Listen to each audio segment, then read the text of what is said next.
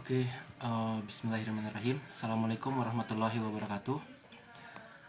Teman-teman semua, sebelumnya kami dari Cosmopolitanism, Instagramnya atau tepatnya dari Cosmo, platform Cosmo. Sebelumnya meminta maaf karena malam kemarin itu kita mengalami kendala teknis ya. Jadi dari kendala itu yang mengharuskan kita untuk mengulang kembali untuk sesi sharing session kali ini bersama Kak Canino Cesarandi, mahasiswa kedokteran gigi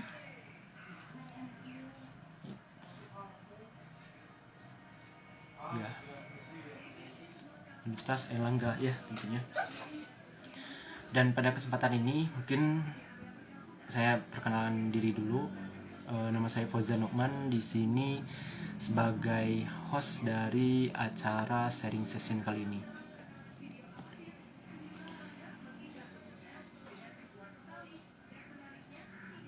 Kita cek dulu apakah Kak Sanino udah masuk.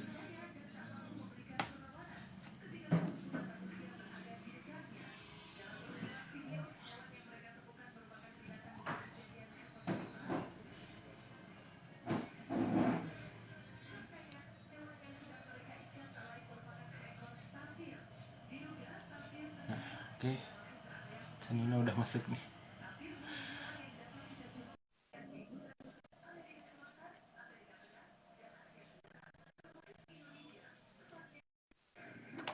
Iya. Halo, assalamualaikum. sorry, baru Halo. bisa join. Aduh, sorry ya kemarin. Aduh. Suaraku kedengeran jelas gak ini? Cek. Aman.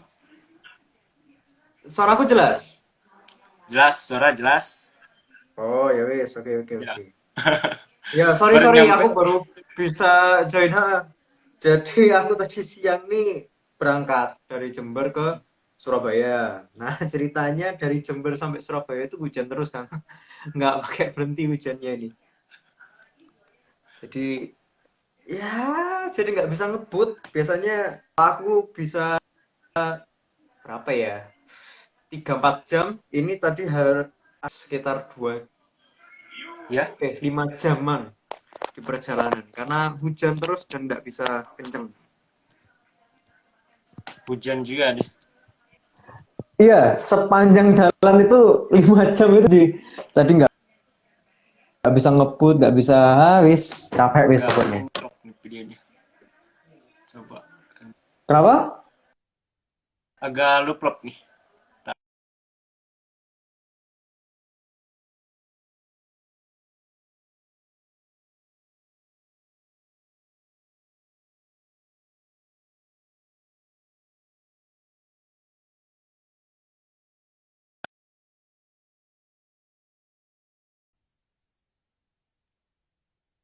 Halo, udah lancar lagi.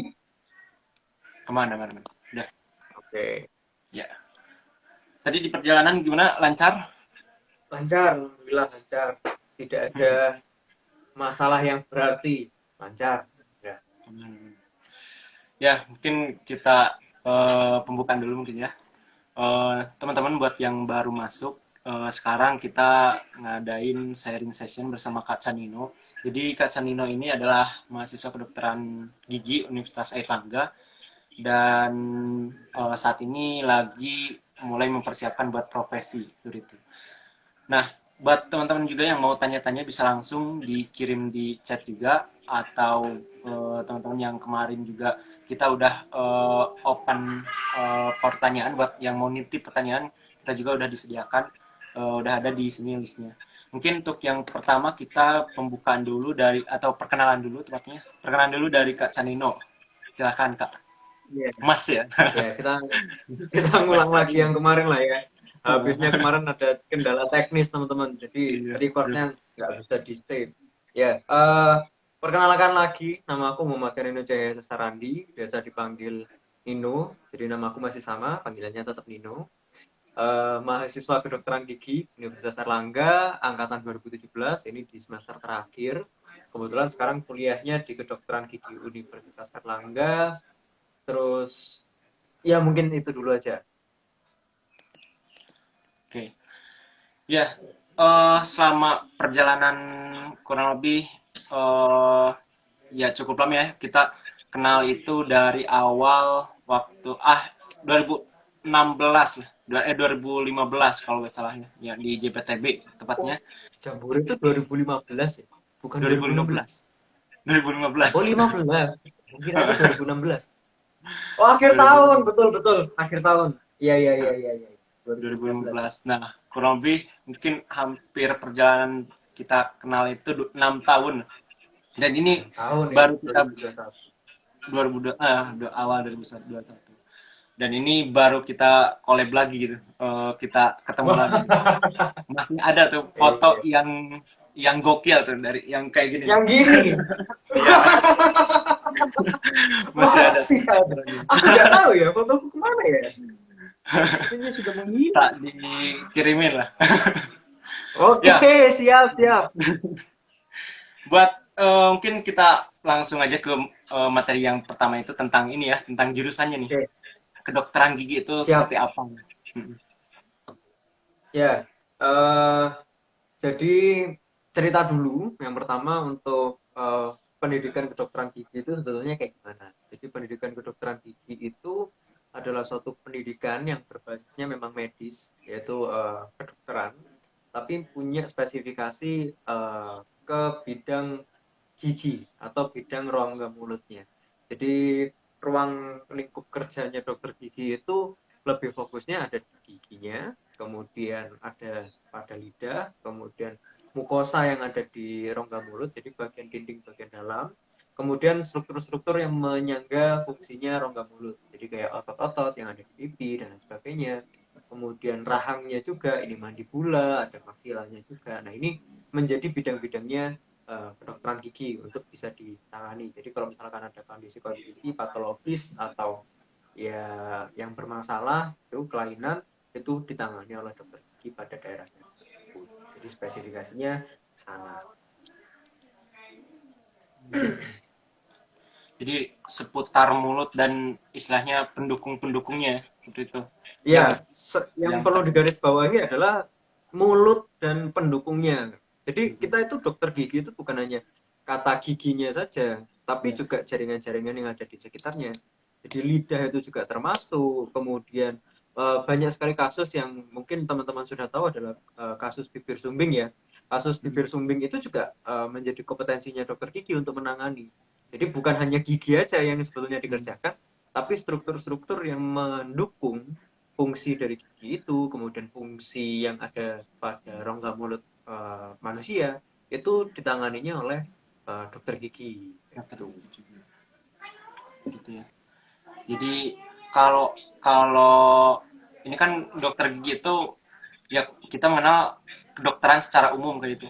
Tapi ada cabang nih Hmm. satu kedokteran gigi. Kenapa gak ada katakanlah kedokteran anak atau kedokteran apa organ dalam lain sebagainya, kulit Hmm. lain sebagainya. Kenapa hanya kedokteran gigi gitu yang bisa ada cabang langsung menjurus kayak gitu? Hmm. Ya, uh, memang secara historisnya, jadi bidang kedokteran itu memang dulu awalnya itu memang satu ya, cuman terus Hmm. pokok seluruh tubuh itu yang ngerjakan pasti cuma dokter aja. Tapi seiring berjalannya waktu, tentu ada perkembangan-perkembangan, ada studi-studi, ada penelitian-penelitian yang mempelajari tentang fungsi tubuh manusia, dan itu memunculkan suatu hal di mana struktur pada rongga mulut ini menjadi sangat spesifik dan menjadi sangat luas untuk dipelajari. Jadi kalau dulu tuh pernah ada memang yang spesialis kedokteran gigi itu, spesialis tapi. Jadi awalnya memang dari dokter umum, kemudian dijadikan dokter gigi spesialis dokter gigi. Sama halnya orang ngambil dokter umum, kemudian dia jadi spesialis jantung dan sebagainya. Nah, rongga mulut ini menjadi istimewa karena memang strukturnya yang kompleks, kemudian yang membuat dia punya manifestasi sangat besar pada tubuh manusia. Karena rongga mulut ini adalah port di entry dari segala macam penyakit. Ya, semua macam penyakit itu biasanya munculnya awalnya itu Dari awalnya mulut adalah dari makanan yang makan. dimasukkan ke dalam mulut. Kemudian ya itu akhirnya berkembang penelitiannya, akhirnya ya dispesifikkan menjadi satu pendidikan tersendiri. Dan memang akhirnya setelah dijadikan spesifik seperti itu, Kang, memang bidangnya dokter gigi ini jadi meluas. Ya nanti ada yang namanya spesialis-spesialis yang muncul dari bidang kedokteran gigi. Ada yang spesialis konservasi, ada yang spesialis kedokteran gigi anak. Nah, itu ada. Kemudian ada spesialis bedah mulut, ini untuk pembedahan dan sebagainya.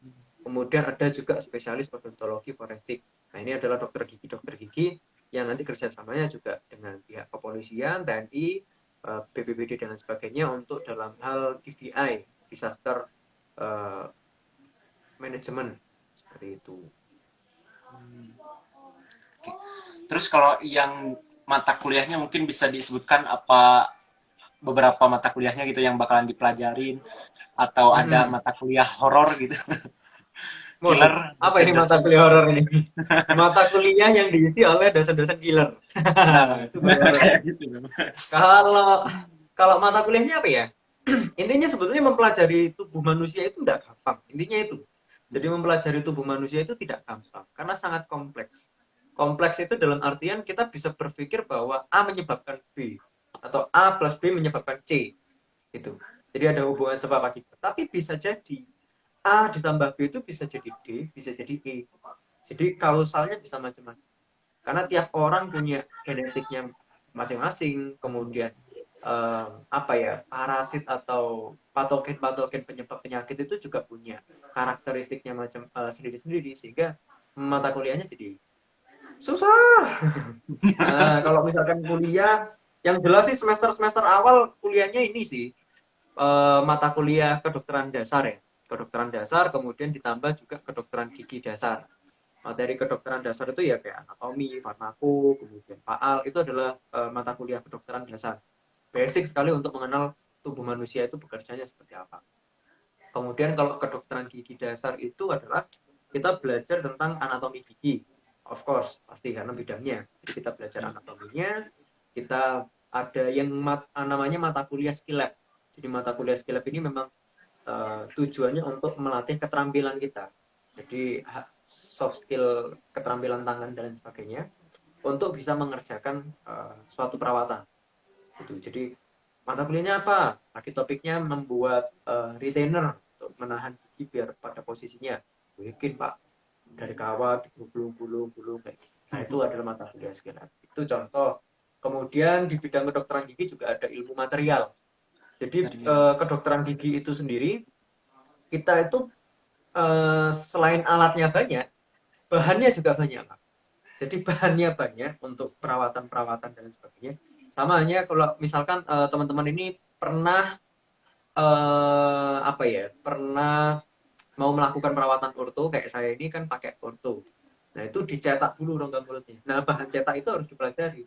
Dia nanti menyebabkan apa, setting waktunya berapa lama, kapan harusnya dia diaduk, kapan harusnya mulai ditaruh di sendok cetaknya, kapan harusnya dia mulai dipasangkan ke pasien. Nah itu harus dipelajari strukturnya dan sebagainya. Nanti beda bahan, beda hasil cetakan, atau beda bahan, beda tujuan pemakaiannya. Nah itu adalah materi-materi yang dipelajari kalau di kedokteran gigi. Ya setelah itu baru mungkin di semester tengah, semester akhir itu baru belajar yang memang spesifik bidangnya kedokteran gigi. Ya kayak bedah mulut, kemudian konservasi, bagian nambal-nambal, kemudian ortodonti untuk merapikan gigi, estetika dan sebagainya kayak gitu.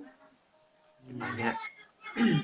Kalau yang mata kuliah horornya nih, killernya.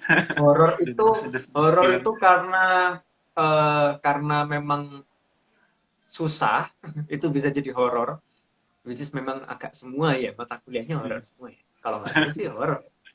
Tapi ada mata kuliah yang memang punya suasananya sendiri. Contoh kayak belajar anatomi kan. Belajar anatomi ini ada anatomi secara teori, ada anatomi secara praktikum. Nah, kalau anatominya secara teori kan kita cuma lihat gambar sama ngelihat ya teorinya bagaimana dan sebagainya. Tapi kalau udah anatominya praktikum kan, nah, kan kita harus datang ke ruang praktikumnya. Yeah. Yang berarti kita harus memegang tubuh asli gitu. Ya dalam tanda kutip tubuh asli. Ya buat teman-teman yang nggak tahu ya saya sebut aja kadaver namanya. Biar yang nggak tahu Apa namanya? kadaver itu apa. Kadaver. Namanya apa? Iya, kadaver itu adalah sebutan untuk mayat sebenarnya. Tapi kan kalau aku ngomong mayat di sini kayak nggak enak gitu. Jadi kita sebut aja Iya, kadaver. Memang iya. namanya kadaver. Jadi waktu praktikum itu kita datang ke ruang praktikum, alat pelindung diri semuanya lengkap, kemudian nanti disodorkan ini ada tubuh manusia. Udah udak di situ. Aduh. Horornya adalah kalau kita praktikumnya sampai terlalu sore, sampai mepet-mepet maghrib, nah itu suasananya makin jadu, Hmm. makin mantap gitu di situ. Jadi horornya mungkin di situ. Jadi horor beneran ya.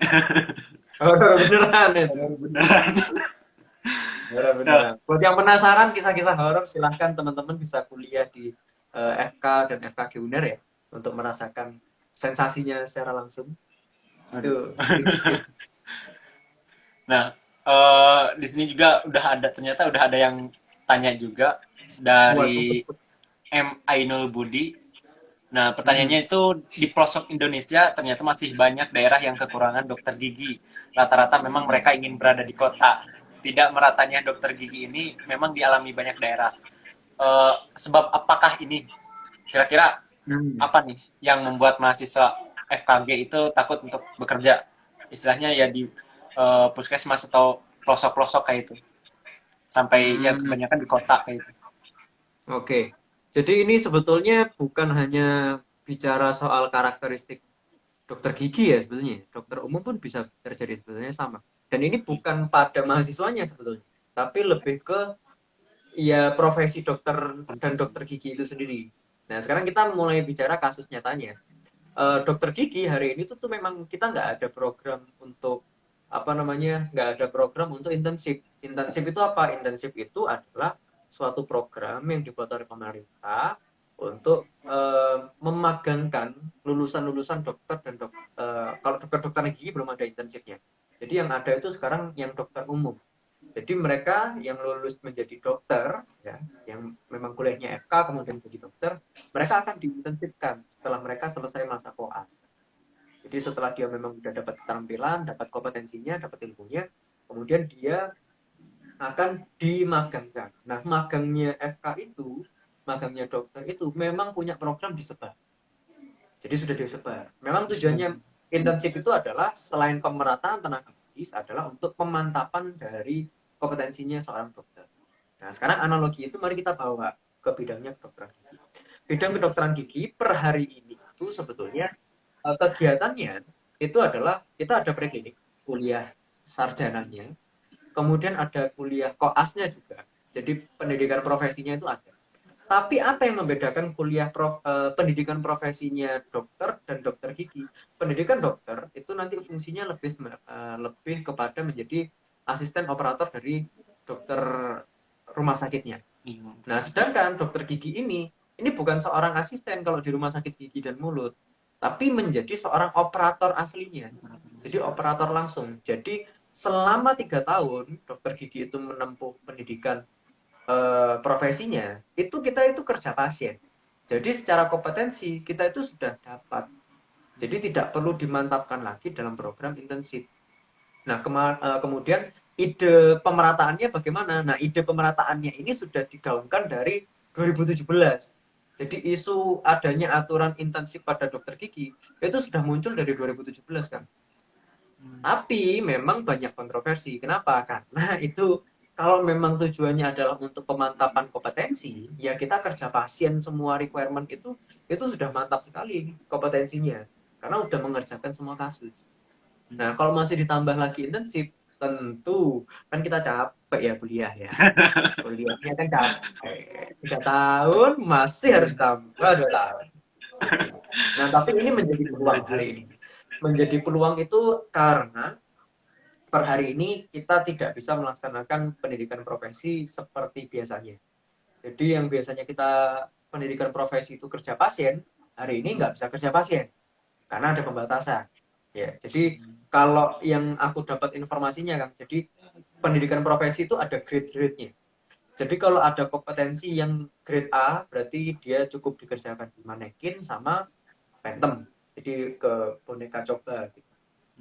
Terus grade B itu nanti ke mungkin hanya ke manusia, tapi tidak sampai perawatan klinis. Nah, kemudian yang grade C ini adalah grade pada kompetensi yang memang harus dikerjakan pada manusia. Nah, itu terbatasi. Nah, sehingga kompetensi ini menjadi kurang optimal kalau dibandingkan dengan metode yang dulu, yang biasanya kita ngerjakan pasien semua. Jadi kasus ke pasien, kasus ke pasien, kasus ke pasien. Nah, ini kan jadinya yang hari ini ada kasus tapi dikerjakannya di model kerja. Nah, sehingga usulan adanya intensif atau magang di bidang pendidikan kedokteran gigi ini mulai muncul lagi. Jadi mulai pertengahan 2020 muncul lagi isu ini, lagi digodok lagi. Karena ini sebetulnya menjadi solusi juga ya. Kalau seperti ini itu menjadi solusi sehingga mahasiswa kedokteran gigi tidak perlu capek-capek cari pasien. Karena nanti pasiennya lebih banyak di masa intensifnya kayak gitu. Nah, tapi aturan ini masih belum ketok palu. Kalaupun ya, ini kan masih berandai-andai ya. Jadi apa yang tak sampaikan ini disclaimer dulu, belum tentu akan Itu terjadi. yang berkembang. Tapi ini yang sedang dipersiapkan oleh ya orang-orang di sana. Ya, jadi aturan tentang intensif ini memang sedang disiapkan. Kalau memang jadi FKG itu menerapkan intensif, ya sehingga apa yang menjadi keresahannya Mas siapa tadi itu? Ainul Budi. Mas Ainul Budi. Nah, keresahannya Mas Ainul Budi itu bisa terjawab. Jadi dokter gigi itu kemudian bisa diintensifkan ke daerah-daerah pelosok. Tapi Mas, sepurani Mas, mohon maaf, disebar ke pelosok pun itu muncul masalah baru Mas. Jadi Apa? bukan hanya dokter giginya yang disebar aja, tapi ada muncul masalah baru. Dokter umum dia bisa hadir ke masyarakat hanya dengan bermodalkan obat, stetoskop dan lain sebagainya. Mungkin alat-alat bantu pemeriksaan yang lain. Tapi kalau dokter gigi itu alatnya sangat banyak, Bapak, sangat banyak. Bahkan butuh dental chair. Kalau teman-teman belum tahu yang namanya dental chair ya, bisa cari di Google gambarnya. Jadi itu adalah kursi khusus untuk dokter gigi. Kenapa kok pasien untuk kedokteran gigi itu harus duduk di dental chair? Karena pasiennya harus relax, dia harus diem waktu giginya diperiksa atau dirawat. Nah, duduknya ini sudah satu hal, harus ada kursinya. Mungkin kalau kursinya diakalin pakai kursi bangku biasa kan bisa, oke, bisa. Nah, sekarang kalau misalkan kasusnya giginya pasiennya bolong, itu harus dibur. Kenapa kok harus dibur? Karena jaringan kariesnya itu harus dihilangkan. Dengan cara apa? Ya dibur itu tadi. Nah, burnya ini butuh tenaga listrik, Pak. Belum Iya, iya. ada bur dokter gigi yang dipancal, Manual Mas. Jadi pakai diputar gitu. tenaga kayu itu belum pernah ada. Belum. Mungkin dulu ada ya, tapi kalau sekarang menjadi lebih susah. Jadi istilahnya EQ supportnya kalau dokter gigi dilepas di daerah-daerah pelosok, mungkin secara konsultatif, secara edukasinya jalan ya. Tapi kalau misalkan kita ngomong kuratif, kalau preventif tadi oke, kalau kuratifnya jadi PR. Karena alatnya yang terbatas, kita nggak bisa bawa dental chair juga, belum tentu nanti di daerah pelosok itu juga ada fasilitasnya. Gitu. Tapi bukan menutup kemungkinan berarti dokter gigi nggak bisa intensif. Ya sebetulnya bisa, selama fasilitasnya memungkinkan. Karena kalau fasilitasnya nggak ada, ya dokter giginya cuma bisa edukasi toh. Gitu. Maksimal medikamen. Medikamen itu maksudnya kita kasih obat gitu. Tapi kan kalau masalah kedokteran gigi itu umumnya bukan selesai di obatnya, tapi selesai di perawatan kemudian ada pengobatan. Itu. Jadi PR-nya sangat banyak. Kalau membahas pertanyaannya Mas Ainul Budi. Ini baru pertama, pertanyaannya udah seru ternyata. Mantap Mas Ainul Budi, Benar mantap. juga ya. Ternyata Hmm. ya agak kompleks juga ya. Apa Kompleks Pak, banyak faktor gitu, banyak faktor yang banyak faktor. yang terkait gitu. Dokter Kalau umum aja semisal kalau dia intensif pasti kesulitan masalah obat juga. kalau semisal berarti nggak bisa berkeliling dong dokter gigi itu. Istilahnya ya datang ke rumah masyarakatnya langsung kayak itu.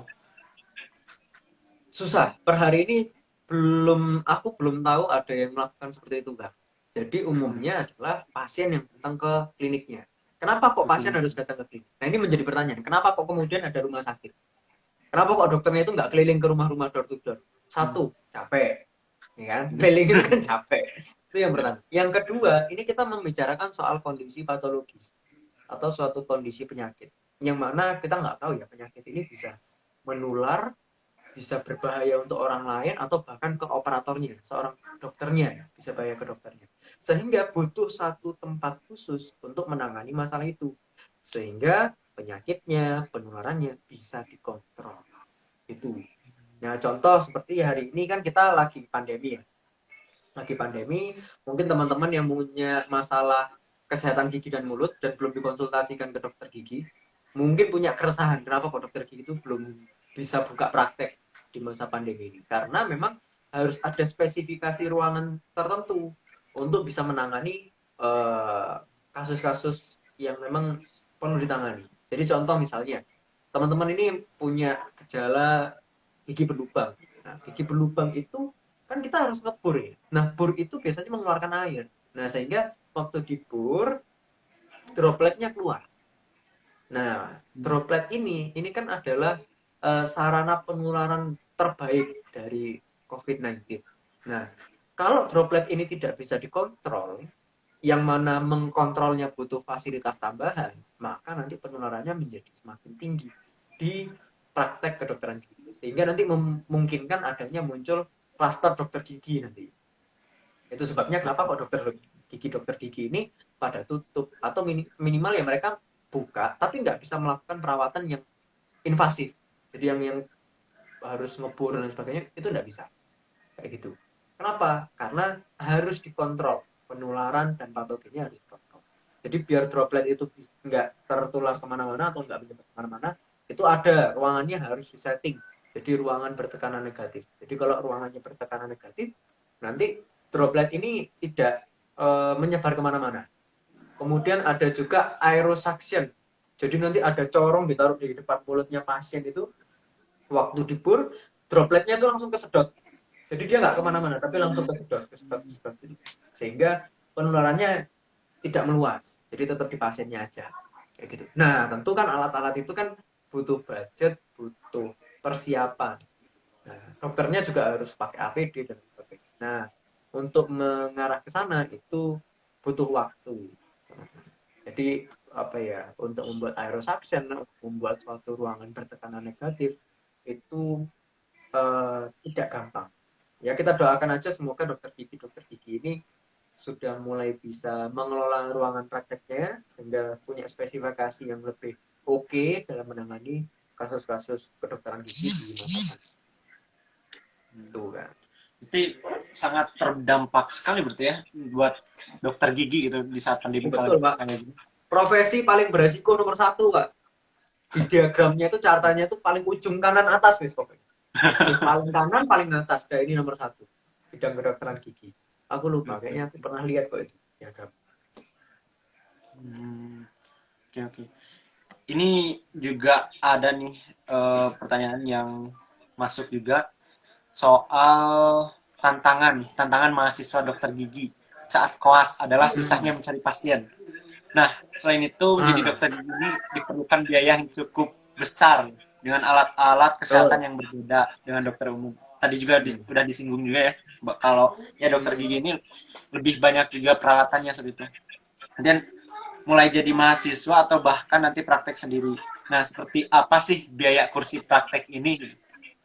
Nah, mungkin gimana tuh?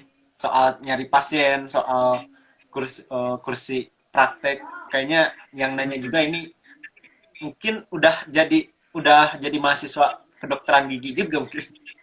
Kayaknya udah tahu juga gitu. Ya, jadi kalau yang pertama yang masalah pasien ya. Jadi tantangan terbesar memang ada di situ.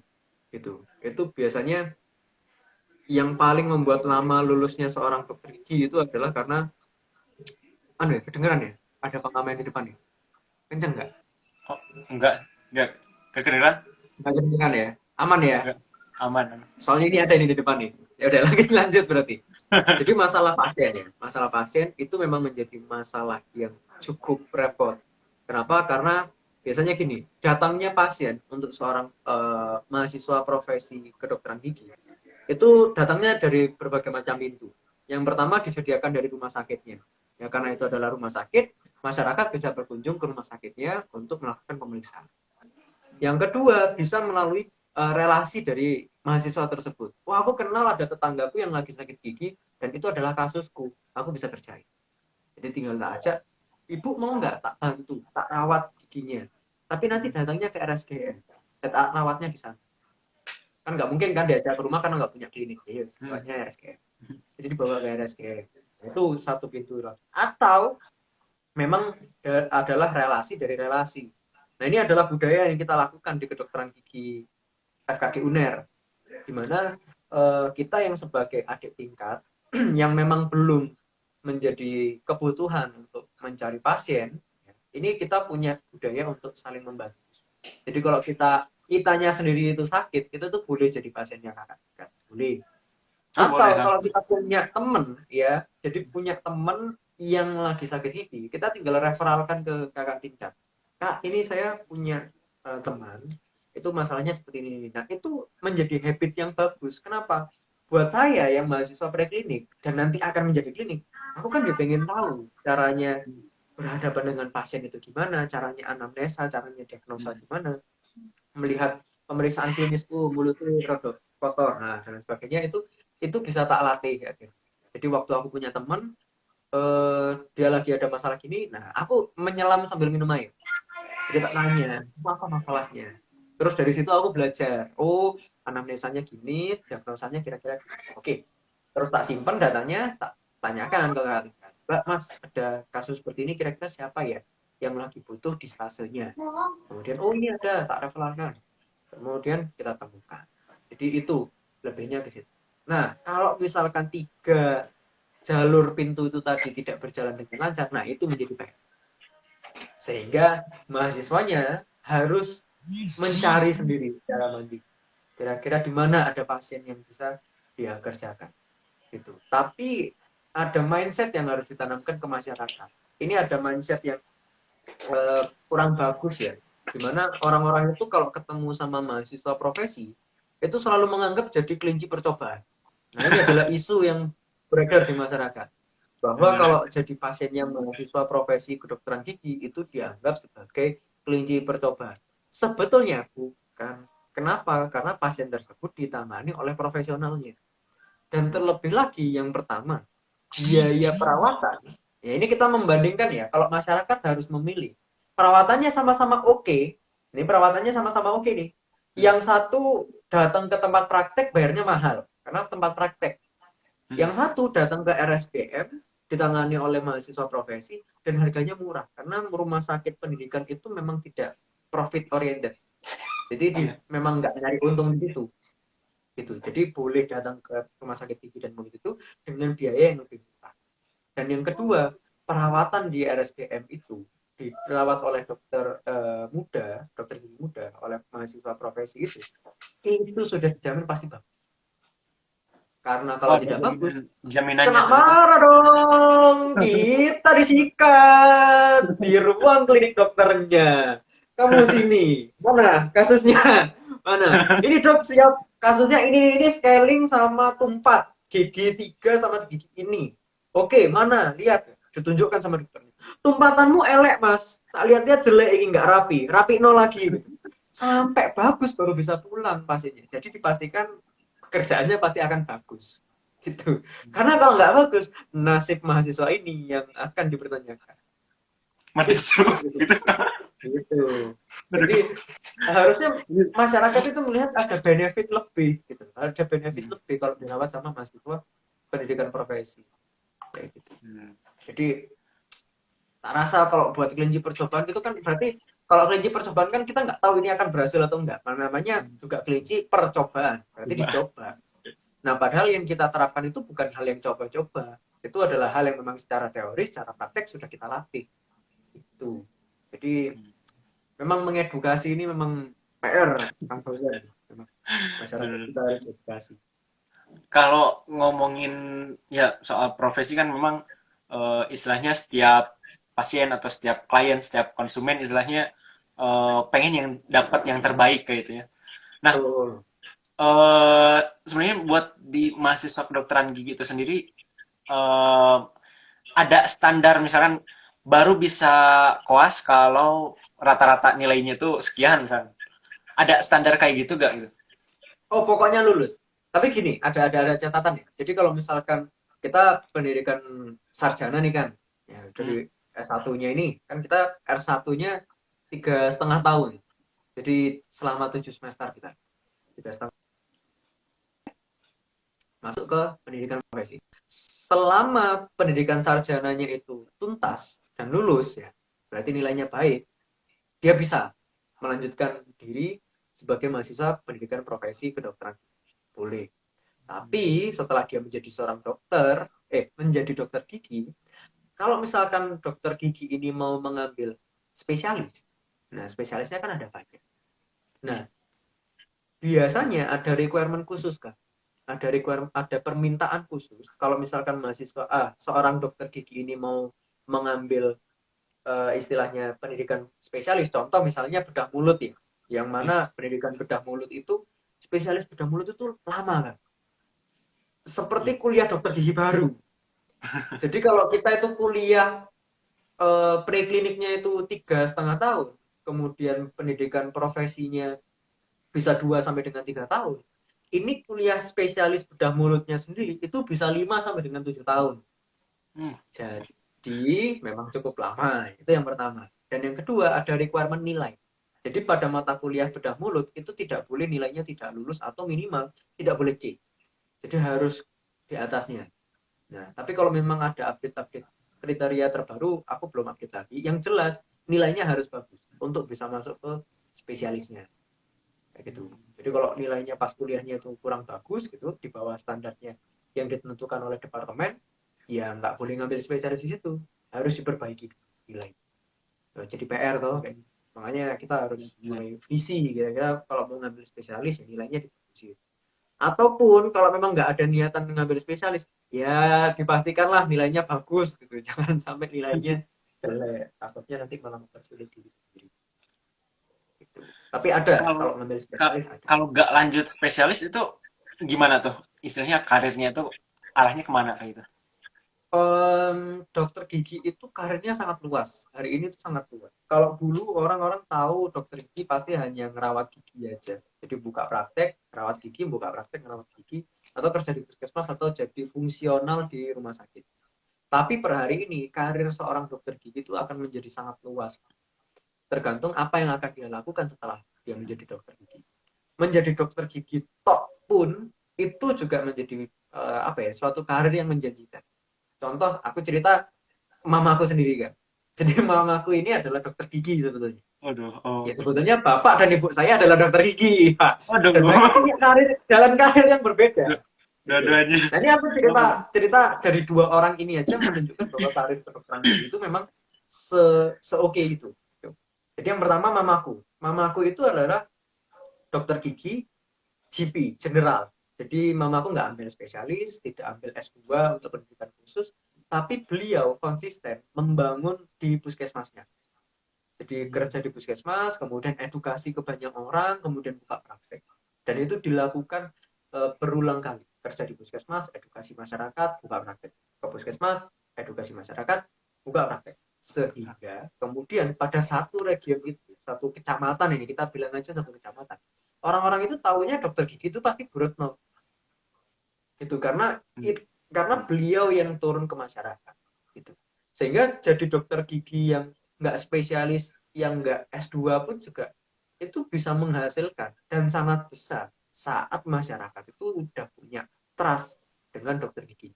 Nah ini yang harusnya menjadi harusnya menjadi fokus bagi kita sebagai mahasiswa itu adalah meningkatkan value kita.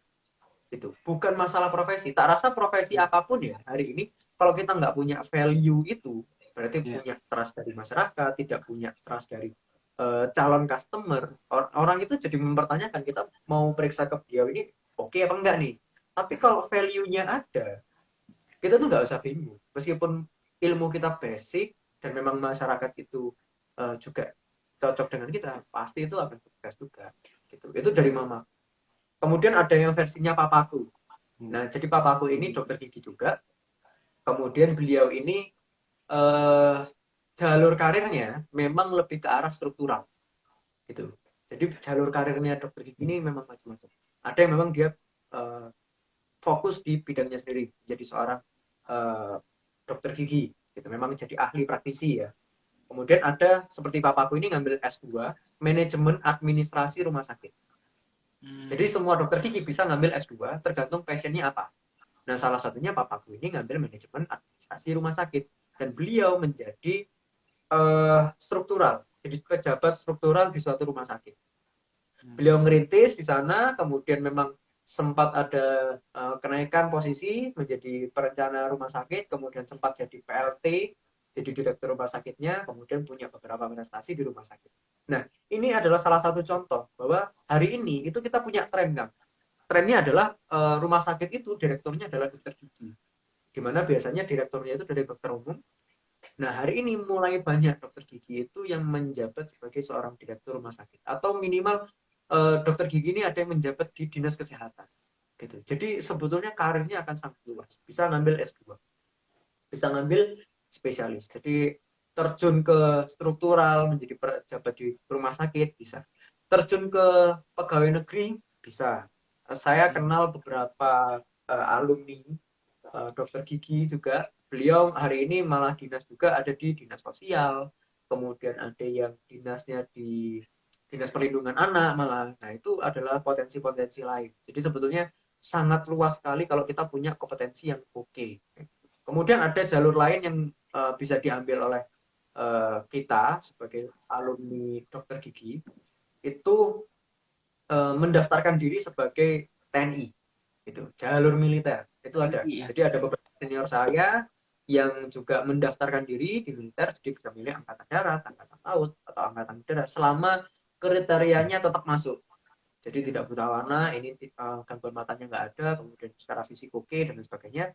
Beliau daftar, ada pelatihan, masuklah di situ. Banyak sekali alumni saya yang alumni FKG UNER ya, yang jalurnya itu masuk ke militer. Ada yang masih aktif hari ini tuh Dokter Arifin. Dokter Arifin ini adalah dokter gigi, alumni FKG UNER angkatan berapa ya, 80 atau 90-an. Itu beliau sekarang jadi komandan lapangan di rumah sakit Wisma Atlet. Jadi di Wisma Atlet itu salah satu komandan yang mengoperasikan di sana itu salah satunya adalah beliau, Dokter Gigi Arifin. Asalnya dari dokter gigi, masuk ke militer, kemudian dijadikan komandan lapangan. Nah, ini adalah satu insight yang sangat bagus ya, bahwa dokter gigi itu tidak hanya ya kerja dipraktekkan aja, tapi beliau juga punya kapasitas untuk terjun ke bidang militer. Ada lagi kalau dokter Arifin itu tadi masuknya ke angkatan darat, ini ada salah satu alumni saya juga sudah purnawirawan, itu dokter Nora. Dokter Nora ini beliau di angkatan laut. Nah, kemudian beliau juga punya karir yang sangat bagus sekali di sana, jadi direktur rumah sakit, kemudian sekarang jadi dekan fakultas kedokteran gigi di salah satu universitas di Surabaya.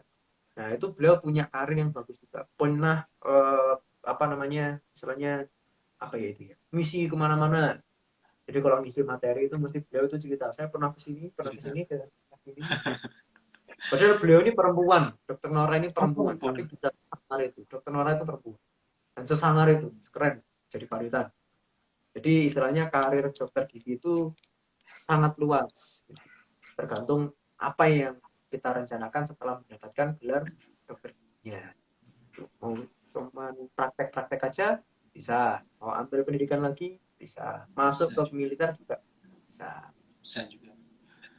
Jadi memang balik lagi ke value kita ya, yang bisa kita kasih gitu istilahnya. Betul. Sebagai dokter gigi itu atau sebagai profesi apapun sebenarnya ya balik lagi ke value kita sendiri ya. Betul, value itu yang memang harus Memang garis bawahi.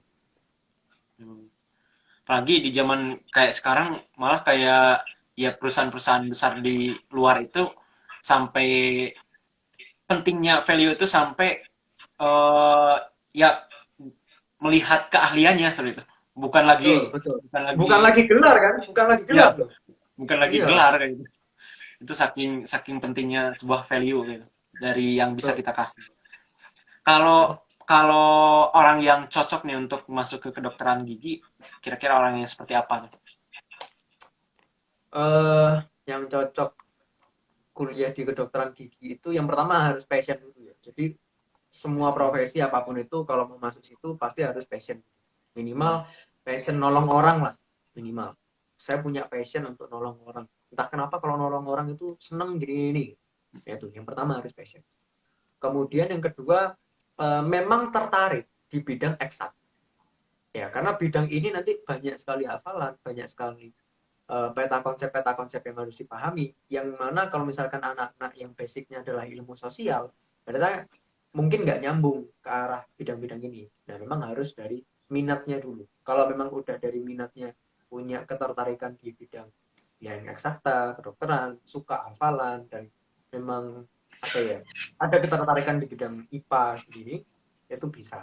Saya rasa eh, selebihnya itu kita yang bisa menentukan. Tiap karakteristiknya juga beda-beda. Saya kenal teman-teman di FKG UNER itu dari yang rajin banget ada, yang muales ya ono gitu. Dari anak-anak yang pinter hafalan, ada pinter hafalan, tapi ada yang nggak iso hafalan sama sekali. Ya karena itu memang ada cara belajar yang beda-beda. Yang penting mereka punya passionnya dulu, ada ketertarikan dan niat memang. Selama itu ada, oke, masuk FKG UNER itu FKG manapun sih lebih tepat. Oke kok, nggak masalah. Tapi ada yang latar belakang backgroundnya itu dari sosial kayak gitu. Latar belakangnya sosial, aku nggak terlalu ngamati ya. Tapi sepertinya pernah ada. Kalau dulu kan 2017 kan kita masih ada yang jalur lintas minat itu loh kan. Aku lupa sih jalurnya. Pokoknya yang dari IPA bisa ke sosial, yang dari sosial bisa ke IPA. Jadi ada ujiannya gitu lah. Aku lupa sih namanya. Pokoknya kalau dulu kayaknya di angkatan kita tuh ada, tapi kayaknya kalau di angkatan yang 2019, 2020 kayaknya nggak ada lagi jalur itu. Aku juga kurang tahu sih, kurang update aku dengan jalur-jalur masuk itu. Ya, Tapi yang aku tahu sih ada adik tingkat yang asalnya sebelumnya itu mungkin dia IPA, sempat kuliah di bidang sosial, kemudian nyoba lagi tes, akhirnya masuk ke FKG ini. Itu ada yang sebelumnya itu di hubungan internasional, yang sebelumnya jadi FISIP, ada yang sebelumnya dari STAN. Nah ini kemarin tuh habis live dia tadi malam di acaranya Dentin FKG UNER. Nah itu dia asalnya dari STAN sebelumnya. Kemudian karena memang nggak passion di situ, nah balik lagi karena dia memang nggak passion di sana, pengennya kedokteran gigi, nah, akhirnya dia ujian lagi dan alhamdulillah masuk. Gitu. Jadi memang awalnya adalah harus passion dulu.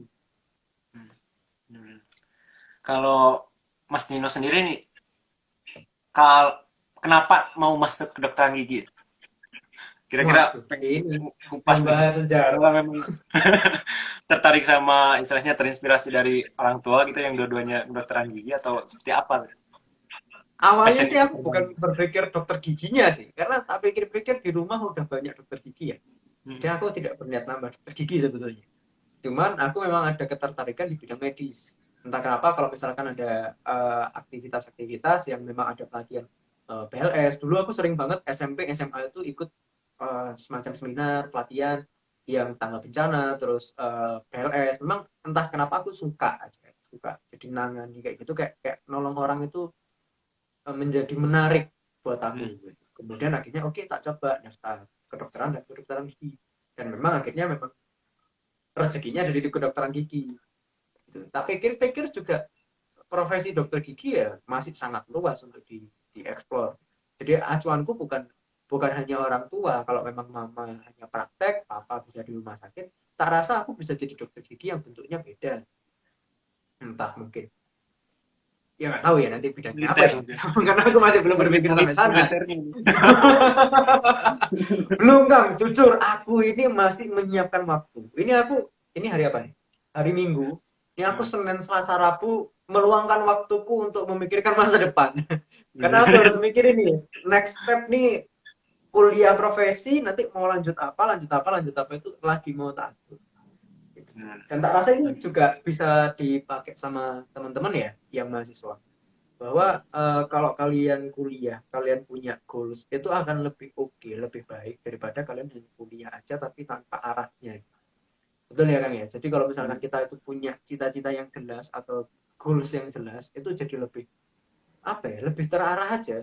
Kuliahnya lebih terarah, ininya lebih terarah, gitu dan lebih Semangat produktif juga, gitu. lebih Semangatnya optimis. juga jadi lebih lebih fokus gitu pada satu tujuannya. Nah, ini aku lagi ngerti.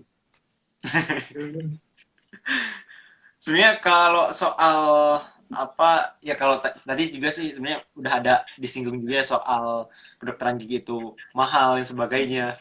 Nah, Hmm. ngomong-ngomong berapa sih sebenarnya soal ya katalah biaya kuliahnya lah kayak itu. UKT-nya, UKT-nya.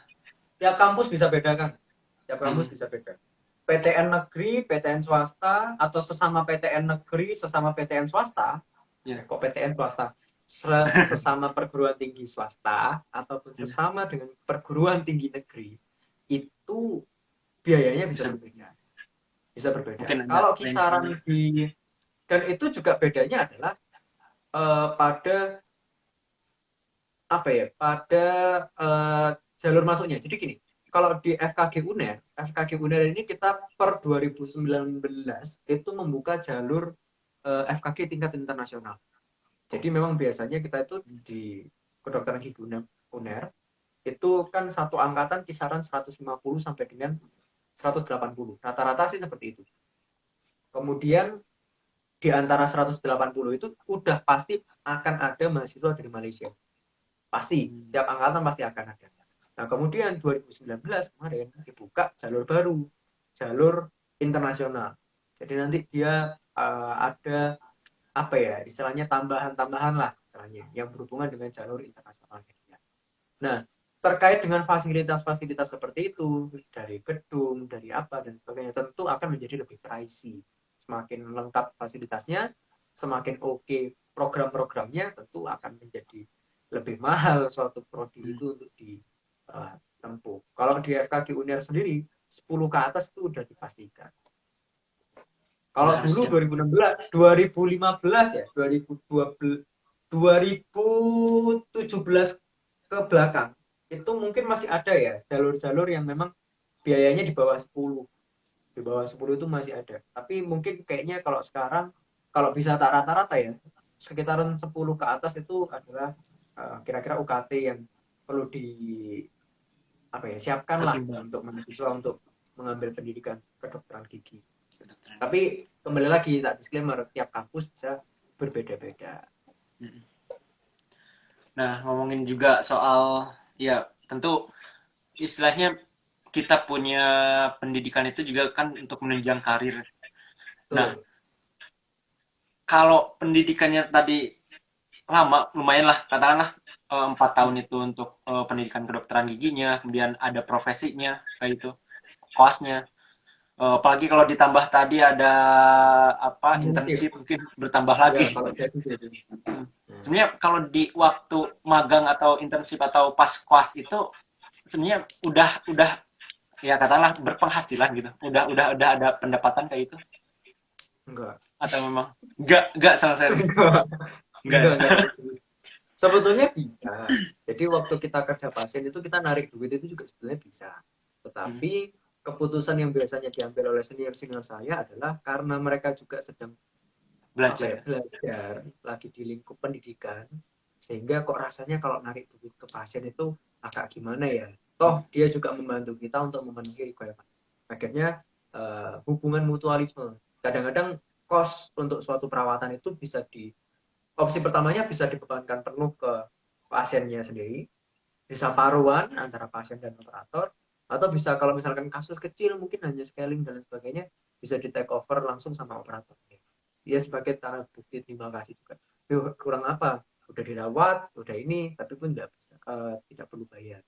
Tapi sebetulnya mindset yang harusnya ada di masyarakat. Nah ini harusnya mindset yang ada di masyarakat adalah saat dia menerima suatu perawatan, memang seyogianya untuk memberikan tanda terima kasih kepada perawatnya. Dalam hal ini kan adalah dokter gigi. Tapi secara umum sebetulnya kita belum berpenghasilan kan sampai, jadi selama kurang lebih 6 tahun 7 tahun itu belum berpenghasilan kita sampai akhirnya kita menjadi seorang dokter gigi. Dokter gigi. Sampai menjadi seorang dokter gigi, kita menerima STR, surat tanda registrasi, berarti kita sudah boleh untuk melakukan tindakan medis. Kemudian kalau mau buka praktek harus punya SIP, surat izin praktek. Praktek. Nah, dua ini ada, kita boleh buka praktek, kita boleh kerja di praktekannya kita masing-masing. Baru itu berpenghasilan. Benar. Bisa Nah, berpenghasilan. jadi selama 6 tahun ini ya sebetulnya opsinya banyak. Perjuangan. Ya, seorang mahasiswa boleh boleh punya usaha, boleh. Tinggal ya mau usaha apa. Ada beberapa senior saya yang malah waktu koasnya karena udah nggak ada kegiatan-kegiatan kan, waktu koasnya merintis kafe. Ini ada 2 senior saya punya kafe di Surabaya dan sudah sangat besar kafenya. Jadi kemudian ngajak teman-temannya dia, kemudian jadilah kafe itu lebih besar. Kemudian ada yang mungkin part time di apa namanya suatu program tertentu Hmm, atau part time di pekerjaan apa, itu juga memungkinkan itu. Ya macam-macam. itu, jadi penghasilannya ya dari kreativitasnya mahasiswanya sendiri. Saya rasa itu semua mahasiswa akan mengalami itu sih. Memang.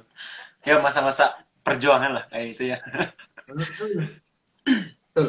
Nah, mungkin kita alihkan dulu ya untuk yang profesi atau ya, jurusan ini kita bahas tentang univnya nih. Ini kan Universitas Oke. Erlangga nih. Di Surabaya ya mungkin bisa sebenarnya Universitas Erlangga ini ada berapa lokasi sih atau setidaknya lokasinya yang spesifik ada di mana kayak gitu.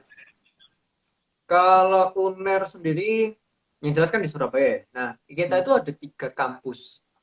Oh sorry, ada 4 kampus. Sorry, tak ralat. Hmm. Jadi Universitas Erlangga per 2019 atau 2018 itu kita sudah membuka kampus baru di Banyuwangi. Namanya PSDKU eh, Banyuwangi. Banyuwangi. Nah, itu yang di sana itu program D3 di sana. Jadi buat anak-anak yang mau ngambil program D3, salah satunya di vokasi, itu salah satu cabangnya ada yang di Banyuwangi. Dibuka baru di sana.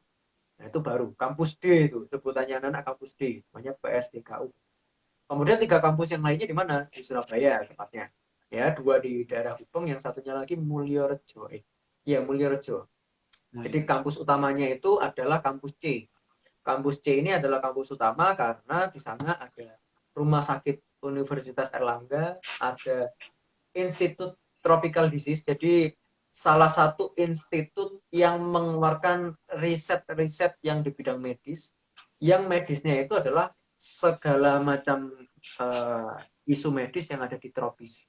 Namanya Institut Tropical Disease. Itu. Nah, salah satunya adalah ITD ini yang mengeluarkan suatu usulan medikasi yang bisa dipakai untuk menangani kasus COVID-19. Jadi dulu kan pernah ada beritanya itu. Jadi Universitas Erlangga mengemukakan atau mengklaimkan untuk obat ini, kombinasi obat ini itu bisa mengobati kasus COVID-19. Nah, itu munculnya dari mana? Dari ITD itu. ITD ada di kampus C. Kemudian rumah sakit hewan itu ada di sana juga untuk FKH. Jadi kemudian isinya rektorat dan yang lainnya kampus-kampus saintek ada di kampus C, daerah Mulyorejo. Kemudian yang di Gubeng ada 2, kampus A sama kampus B. Nah, kampus B ini tempatnya fakultas sosial. Kampus B itu. Terus fakultas-fakultas VT, hukum, kemudian FIB, FEB, itu semuanya ada di kampus B. Itu. Kemudian ada kampus A. Nah, kampus A ini secara spesifik anak F itu. Di FK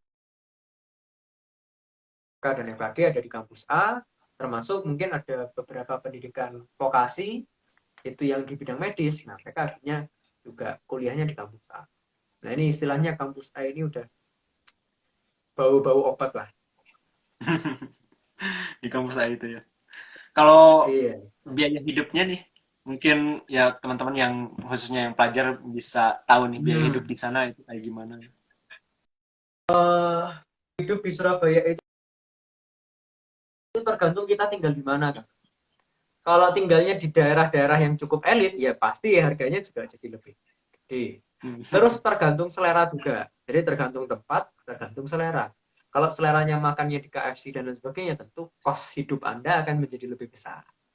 Tapi kalau mau nyari yang murah, sebetulnya bisa. Jadi ada beberapa daerah di Surabaya, ininya gini. Kalau di sekitaran kampus A, wis pasti mahal. Wis pasti mahal. Karena biasanya itu diperuntukkan buat anak-anak yang pendidikan dokter, dokter gigi, sama pendidikan spesialis. Ya, jadi mahasiswa-mahasiswa pendidikan profesi, pendidikan spesialis itu biasanya kalau kos ya daerah-daerah kampus A. Jadi agak naik harganya area situ. Kemudian anak-anak kampus B karena memang biasanya anak-anak sosial ini suka yang murah-murah, sehingga daerah sekitar itu banyak tuh yang murah-murah, tempat makan murah, kos-kosan murah, tapi ya tetap ada sesuai dengan fasilitasnya sih. Biasanya kalau di Surabaya itu daerah-daerah kampus tuh ya, itu fasilitas kosnya itu minimal wifi ada, furnitur sudah ada. Kalau AC itu opsional, kamar mandi dalam luar itu opsional. Tapi ya range harganya sih kalau misalkan yang di bawah 1 juta bisa segitu, kalau di atas 1 juta umumnya udah AC sama kalau kamar mandi dalam sih belum tentu, pasti AC-nya sih. Gitu. Dan itu kayaknya menjadi perhatian khusus sih kalau di Surabaya nyari kosan yang ada AC gitu. Iya. Ini Karena memang di luar enggak seperti neraka. miniatur. Panas. Aduh, Ya. panas banget ya. Gimana Panas, perbedaan Pak. sama kalau Jember?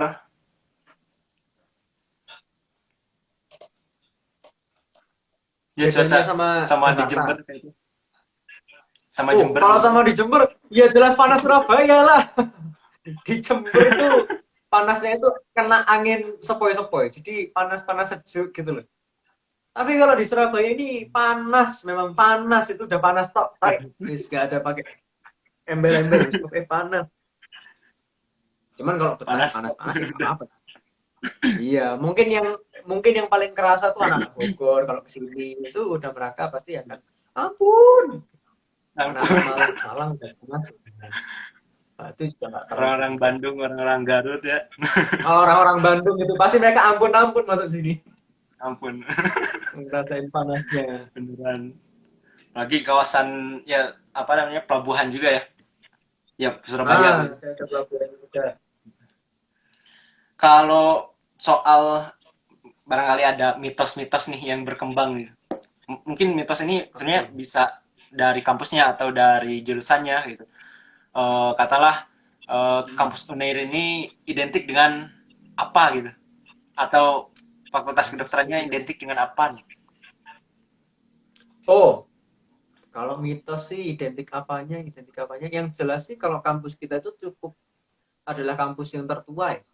Jadi Universitas Erlangga ini adalah universitas yang tertua, khususnya kalau kedokteran gigi. Itu Hmm, kita itu sudah berdiri sejak 1928. 28. Jadi namanya dulu masih ikut namanya Belanda, Stoffit Stop it. School tot Opleiding van Indische Tandersen. Nah, itu sekolah kedokteran giginya. Dulu 19 berapa tuh NIAS namanya kan. Hmm, Untuk apa pendidikan dokternya itu berdiri, kemudian 1928 dimunculkanlah fakultas untuk pendidikan kedokteran giginya gitu. Nah, itu karena ini menjadi kampus tua yang mana kampusnya memang dari dulu bentuknya sampai sekarang sama, sehingga memang mitos-mitos muncul, Pak. Itu dari yang mitosnya apa cukup tuh yang berkembang ya? horor sampai mitosnya cukup ini itu tetap kuat. Ya namanya juga kampus-kampus apa ya? Kalau sebutannya orang-orang tuh sekarang bangunan cagar budaya, Hmm. peninggalan-peninggalan dulu. Jadi dilestarikan sehingga nggak dirubah. Jadi kampus saya dengan kampusnya orang tua saya itu rasanya masih sama. Cuman beda pohonnya doang katanya. Dulu itu ada pohon beringinnya lumayan gede, sekarang udah nggak ada. Ganti pohon kelapa kan. Lebih lebih adem lah.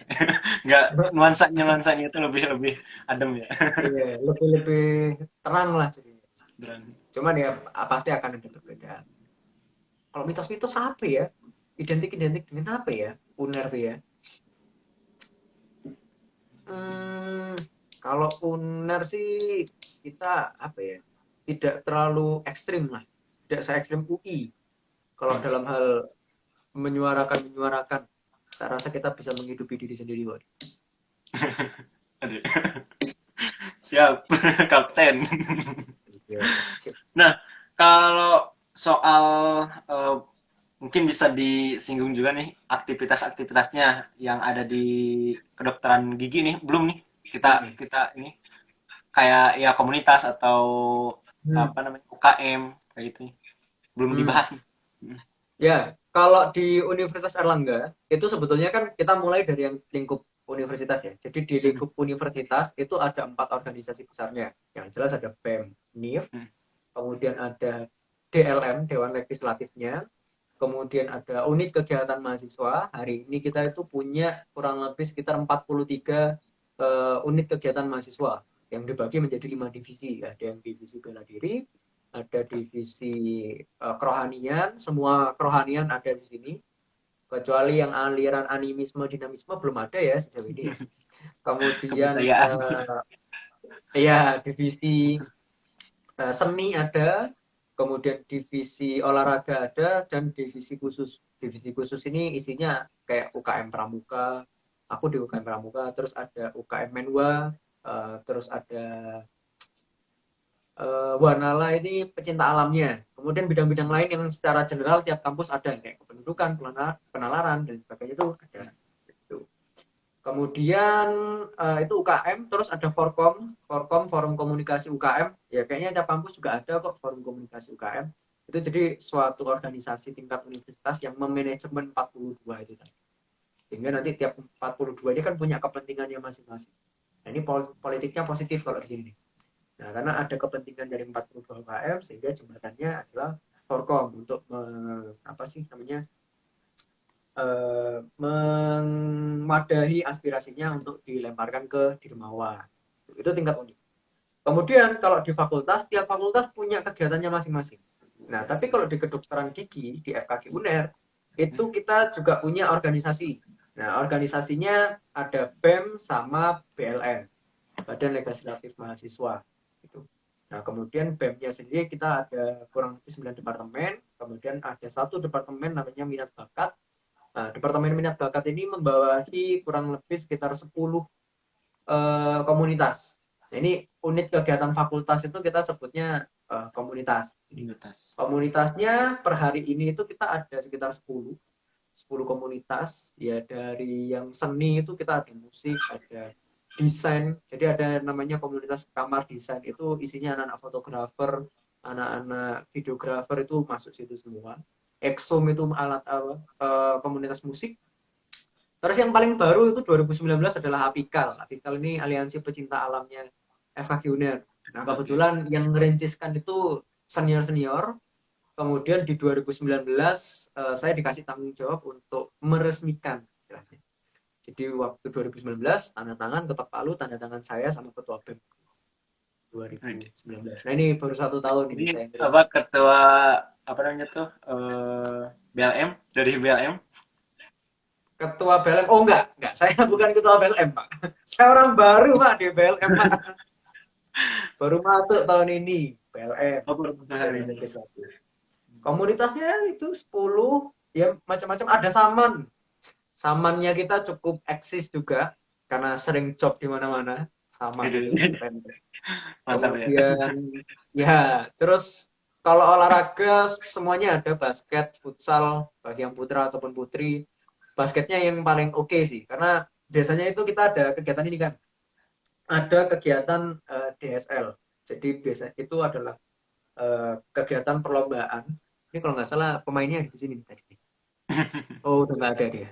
Udah les. Ada juga. Ada Yabes tadi. Ini pemainnya nih, pemain basket. Biasanya basketnya kita tuh juara 1 nasional. FKG seluruh Indonesia. Seluruh Indonesia. Namanya kompetisinya DSL, Dental Sport League kalau nggak salah. Tuh. Dan biasanya juara 1. Karena alhamdulillah yang masuk di FKG UNER anak basketnya mantap.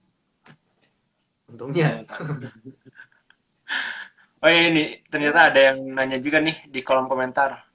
Izin Oh bertanya iya. Pak Dok, beberapa kondisi di tengah masyarakat sangat minim perhatiannya kepada kesehatan gigi dan mulut. Menurut Pak Dok, penyebabnya apa nih? Terus apakah program edukasi kepada masyarakat itu kurang? Atau bagaimana? Hmm, Apa tuh oke. kira-kira? Ini konteksnya kita bahas di masa pandemi atau yang sebelum pandemi?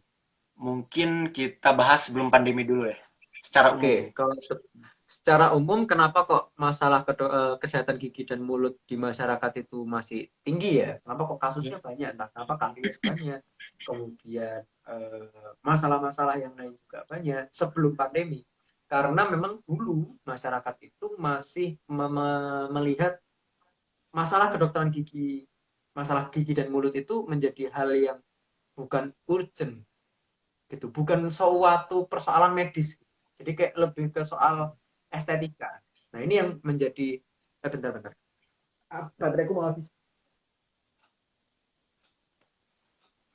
Ya, buat teman-teman juga yang masih setia untuk nonton nih, jangan lupa follow Instagram kita Cosmopolitanism. Kemudian ini Kak Canino, Canino C Sarandi. Kalau saya @fauzanuman underscore. Di sana juga ada berbagai informasi-informasi yang terkait dengan ya jurusan kita, kemudian Cosmopolitanism itu sendiri. Dan Ya, Kang Fauzan ini arsitek, teman-teman. Kalau butuh desain langsung lari ke Kang Fauzan. Wis, langsung dibuatkan. ini nih yang masih tersebar di masyarakat itu teknik sipil identik arsitek, padahal enggak juga sih. Wah, kita harus membuat sesi sendiri ini. Narasumbernya adalah moderatornya. Anda tidak pernah diwawancara, Pak. Wawancara orang terus nih. Tapi ya, banyak banyak ini, banyak insight baru loh buat buat saya, buat ya berbagai jurusan, berbagai universitas dari berbagai latar belakang, itu informasi yang luar biasa bagi saya juga gitu. Jadi kayak gini tuh sebenarnya sumber-sumber informasi yang luar biasa gitu. Istilahnya sudut pandang baru kayak gitu. Dan ya buat teman-teman juga yang masih nonton nih, kalau mau ada yang mau ditanyakan bisa langsung juga komen ya di bawah. Betul. Kita bakalan langsung jawab. Kalau dulu itu IGTV itu kalau nggak salah 1 jam, tapi kalau ini udah lewat sih sebenarnya 1 jam. Ya, udah bisa Kayaknya, lebih dari sejam kita. kayaknya lebih nih kayaknya. Pokoknya nggak nyetel musik, Kang. Pokoknya nggak nyetel musik, aman. Kalau nyetel musik, masuk ke videonya tuh, wah langsung dipotong itu sama dia. Oh iya, hak Ya, cipta ya. memang. Ada kontennya, Hmm. nggak bisa. Kalau sekarang Ya, bisa. mantap. Balik lagi, tadi Gimana? Aman? pertanyaannya apa? Oh, masalah kedokteran gigi dan mulut. Nah, masalah gigi dan mulut itu kenapa kok masih tinggi di masyarakat? Sebetulnya bukan karena edukasinya. Ya memang bisa jadi salah satu faktor ya sebetulnya ya. Tapi dari apa yang saya amati sebetulnya edukasi ini sudah sangat meluas. Khususnya pada ranahnya puskesmas ya. Jadi kalau ranahnya puskesmas itu pasti mereka tiap bulan ada yang namanya penyuluhan. Penyuluhan dan itu tidak lepas juga pada bidang kesehatan gigi dan mulut. Tentu biasanya programnya puskesmas itu akan sejalan dengan apa ya, dengan isu apa di tahun itu yang harus digencarkan. Nah, tahun 2020-2021 ini isu yang paling besar untuk digencarkan itu adalah masalah stunting. Jadi masalah gizi buruk dan sebagainya itu yang digencarkan hari ini. Tapi stunting ini bisa dilihat dari berbagai macam sudut pandang, kan. Jadi ada penelitian terbarukan juga bahwa stunting ini kan masalah gizinya anak-anak sehingga dia tidak bisa tumbuh dengan baik, masalah pertumbuhannya terganggu, jadi badannya kecil dan sebagainya. Ini bisa disebabkan masalah gigi dan mulut juga. Nah, akhirnya dokter gigi waktu edukasi masuknya juga lewat situ, Kang. Masuknya lewat isu terbesarnya kayak gitu. Karena ini adalah masalah yang lagi booming di satu nasional, akhirnya dibawa ke masyarakat. Isunya ini bagaimana kita cara mengedukasi masuk ke bidang-bidang. Nah, salah satunya yang dilakukan dokter gigi itu adalah menjelaskan bagaimana masalah gigi dan mulut bisa menyebabkan kasus stunting. Stunting tadi. Stunting identik dengan malnutrisi, identik dengan nutrisi yang rendah dan sebagainya. Nah, hal ini bisa disebabkan oleh masalah gigi dan mulut yang ada pada pasien tersebut. Kalau dia punya karies, dia punya beberapa penyakit yang ada di rongga mulutnya, tentu ini akan menjadi apa ya? Menjadi salah satu penyebab kenapa kok misalkan seorang anak itu bisa mengalami stunting.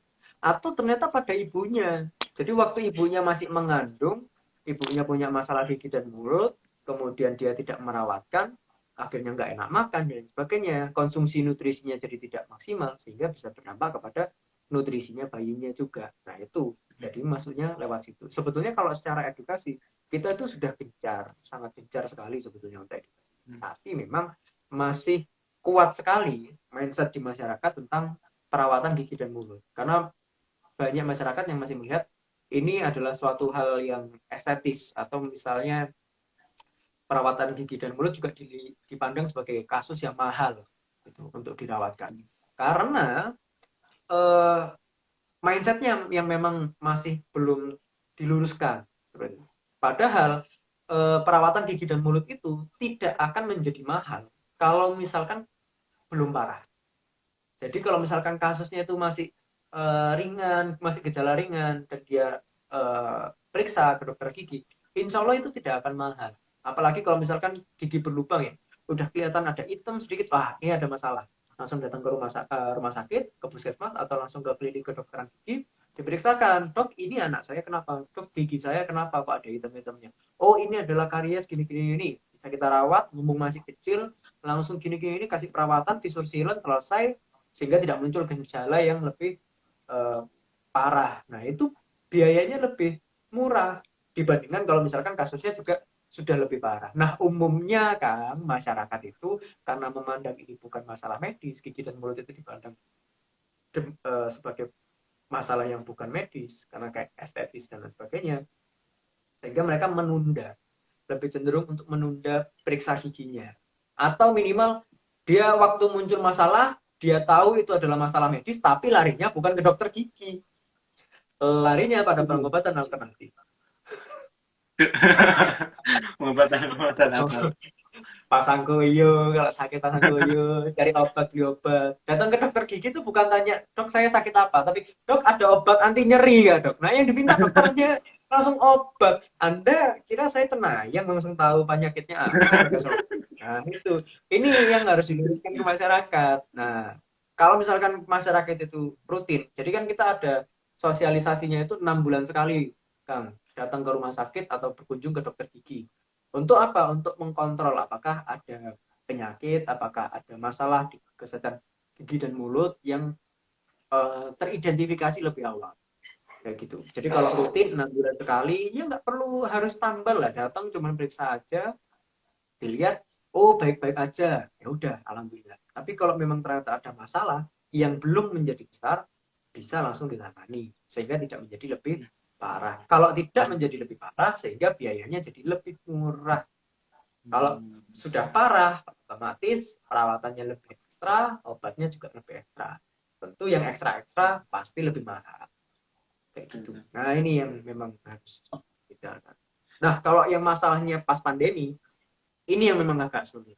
Kenapa? Karena tidak semua dokter gigi siap untuk membuka klinik atau praktek kedokteran giginya. Ya, balik lagi seperti yang sudah tak sampaikan tadi, bahwa masalah fasilitas tambahan untuk mendukung kinerjanya dokter gigi itu tidak semua dokter gigi sudah punya. Gitu. Kayak ruangan bertekanan negatif, kemudian supply APD-nya, stok APD-nya cukup apa enggak, itu juga harus diperhatikan. Kemudian fasilitas tambahan seperti aerosuction itu menjadi sangat penting gitu dalam bidang kedokteran gigi di masa pandemi.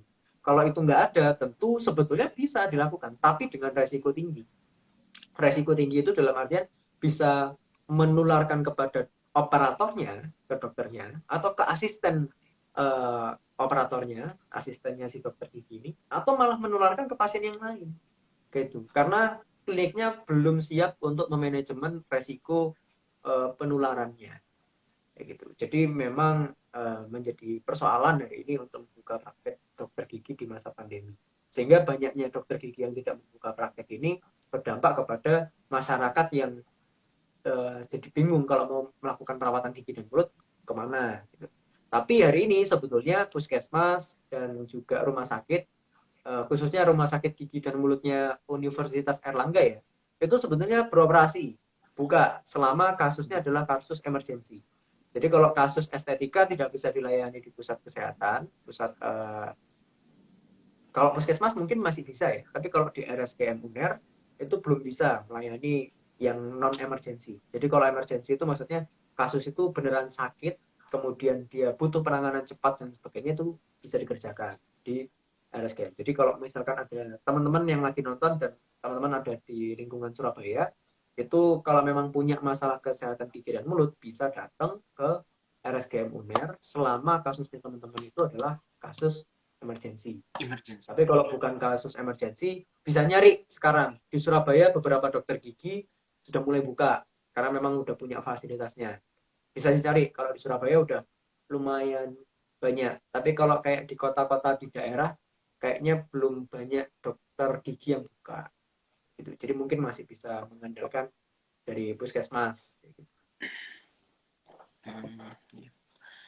Kalau soal perawatan gigi itu seperti apa sih? Mungkin juga ya informasi juga sih, sekalian sharing juga perawatan gigi itu sebaiknya kayak gimana gitu.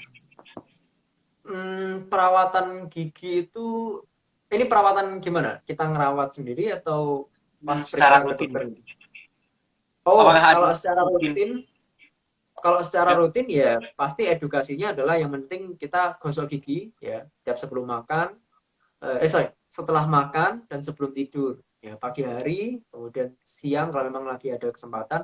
Yang penting selalu menjaga kesehatan gigi dan mulutnya. Nah itu yang pertama, masalah oral hygiene. Kemudian memastikan sela-sela antar giginya itu bersih. Nah kemudian kalau perawatan yang lain adalah membersihkan lidah. Nah ini yang menjadi poin utamanya adalah membersihkan lidah. Banyak masyarakat hari ini itu masih belum menyadari bahwa lidah itu butuh dibersihkan. Hmm. Gitu. Jadi biasanya kan edukasinya cuma cara menggosok gigi yang baik dan benar aja. Nah, Benar. tapi ada satu aspek yang kadang-kadang orang-orang waktu edukasi itu lupa, yaitu adalah untuk membersihkan lidah. Kenapa kok lidah itu harus dibersihkan? Karena lidah itu, strukturnya lidah itu kan ada serabut-serabutnya. Jadi kalau misalkan kita memperhatikan lidah kita itu kan kayak ada serabut-serabut pendek-pendeknya gitu. Nah, Ada. antara serabut ini tentu kan ada sela-selanya. Nah, waktu kita makan, kemudian kita nggak bersihin lidah, ini rawan sekali muncul apa ya, jamur. Jadi kotor lidah. Nah, lidah yang kotor ini menjadi tempat kembang biaknya bakteri yang baik. Gitu. Jadi ini bisa berkembang sangat besar di situ dan bisa memunculkan banyak hal. Satu yang paling ringan adalah bau mulut. Bau mulut. Bau mulut juga itu bukan hanya disebabkan oleh gigi yang kotor, tapi lidah yang kotor itu juga bisa menyebabkan bau mulut. Nah, masalah yang muncul lagi yang lebih berat adalah masalah patologis, gara-gara yang disebabkan oleh bakterinya atau masalah yang disebabkan oleh jamurnya. Jadi ini bisa jadi masalah. Sehingga kita mengedukasinya, masyarakat juga harus bisa membersihkan lidahnya juga. Ya minimal digosok pakai sikatnya juga nggak masalah. Yang penting nggak terlalu dalam. Yang penting cukup, rutin, aman. Kemudian kalau obat kumur itu sebetulnya tidak terlalu direkomendasikan. Yang penting rekomendasinya adalah gosok giginya. Jadi setelah makan dan sebelum tidur itu yang paling utama. Kalau obat kumur maksimal seminggu sekali lah. Seminggu sekali Oh, aja. Nggak perlu sering-sering maksimal. obat kumur.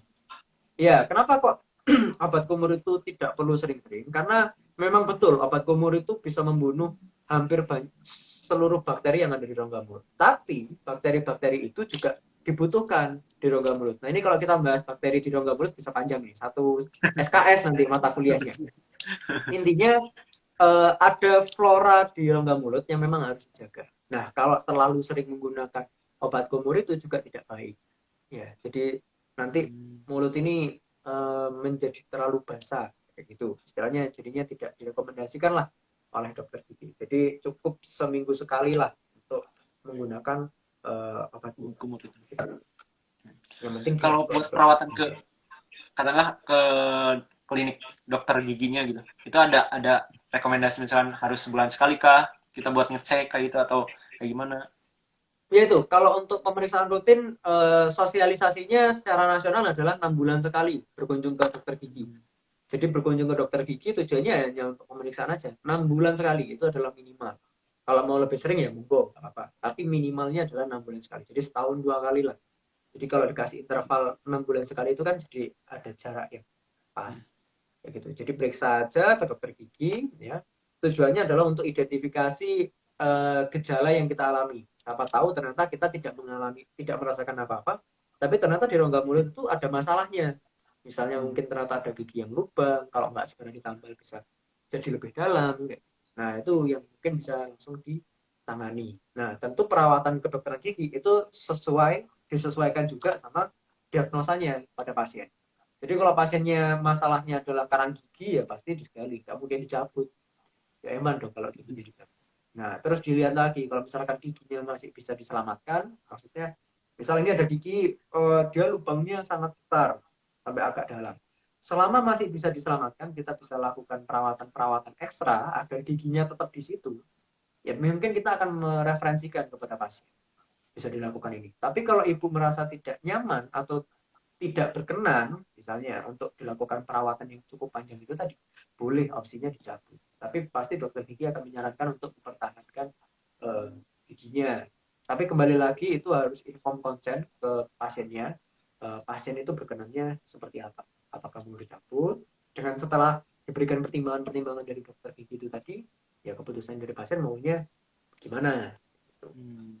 Baru nanti akan dilakukan seperti itu. Nanti ada tanda tangan inform consent dan sebagainya, baru boleh dikerjakan kasusnya. Gitu Bang. Jadi perawatannya pasti disesuaikan dengan pasiennya. Pasiennya disesuaikan.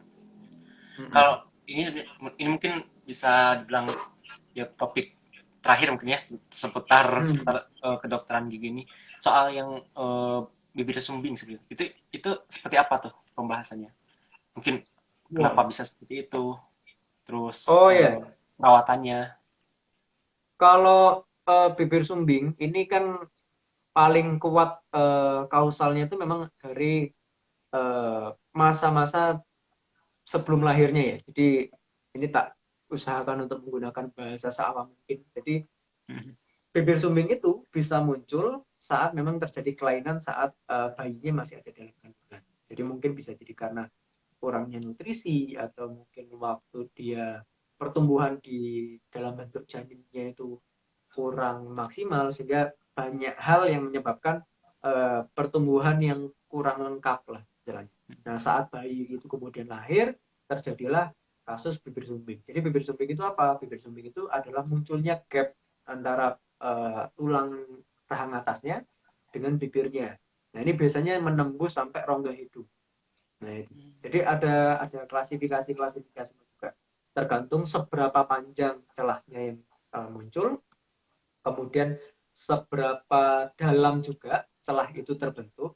Nah itu ada klasifikasi. Sehingga nanti dari berbagai macam penyebab muncullah suatu kasus bibir sumbing. Yang penting masalah nutrisi ibu hamil itu sangat penting. Kesehatan ibu hamil juga sangat penting untuk memastikan agar si bayi tidak mengalami bibir sumbing. Nah, terus kalau terjadi bagaimana? Kalaupun terjadi, nanti itu adalah bidangnya spesialis bedah mulut untuk melakukan perawatan. Biasanya memang harus di OR, harus di operation room ya. Jadi harus dioperasi, nanti harus dibuka flapnya, kemudian nanti harus dijahit, disesuaikan. Mungkin kalau masalah tulangnya harus ditambah bahan-bahan tertentu untuk memicu pertumbuhan tulangnya. Kalau yang bibirnya nanti mungkin ada graft dan sebagainya, yaitu nanti adalah kapasitas atau kompetensinya dokter gigi spesialis bedah mulut kayak gitu. Nah nanti dikerjakan beliau. Mungkin setelah operasi ada waktu kontrol sekitar 1 minggu untuk mengkontrol, memantau hasil pekerjaannya seperti apa.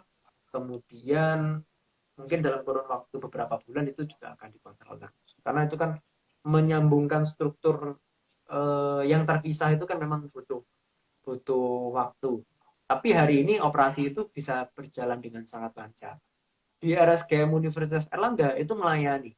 Bahkan salah satu senior dan guru besar kita di RSGM itu biasa melakukan bakti sosial untuk cleft lip. Jadi nama medisnya itu kan cleft lip bibir sumbing. Jadi seringkali mengadakan bakti sosial untuk menangani masalah-masalah bibir sumbing itu.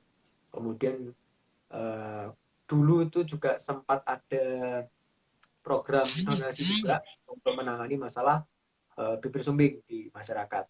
Memang agak cukup seru ya, cuman kalau membahas lebih jauh itu tak rasa nanti kapasitasnya spesialis bedah mulut aja. Cuman kurang lebihnya kayak gitu. Gitu dah. Okay. Ya, mungkin kita juga udah masuk ke waktu-waktu akhir. Oh iya, soal ini fulcrum. Waduh, kita bahas sih ini nih, fulcrum. Gak apa, kita bahas aja di sini.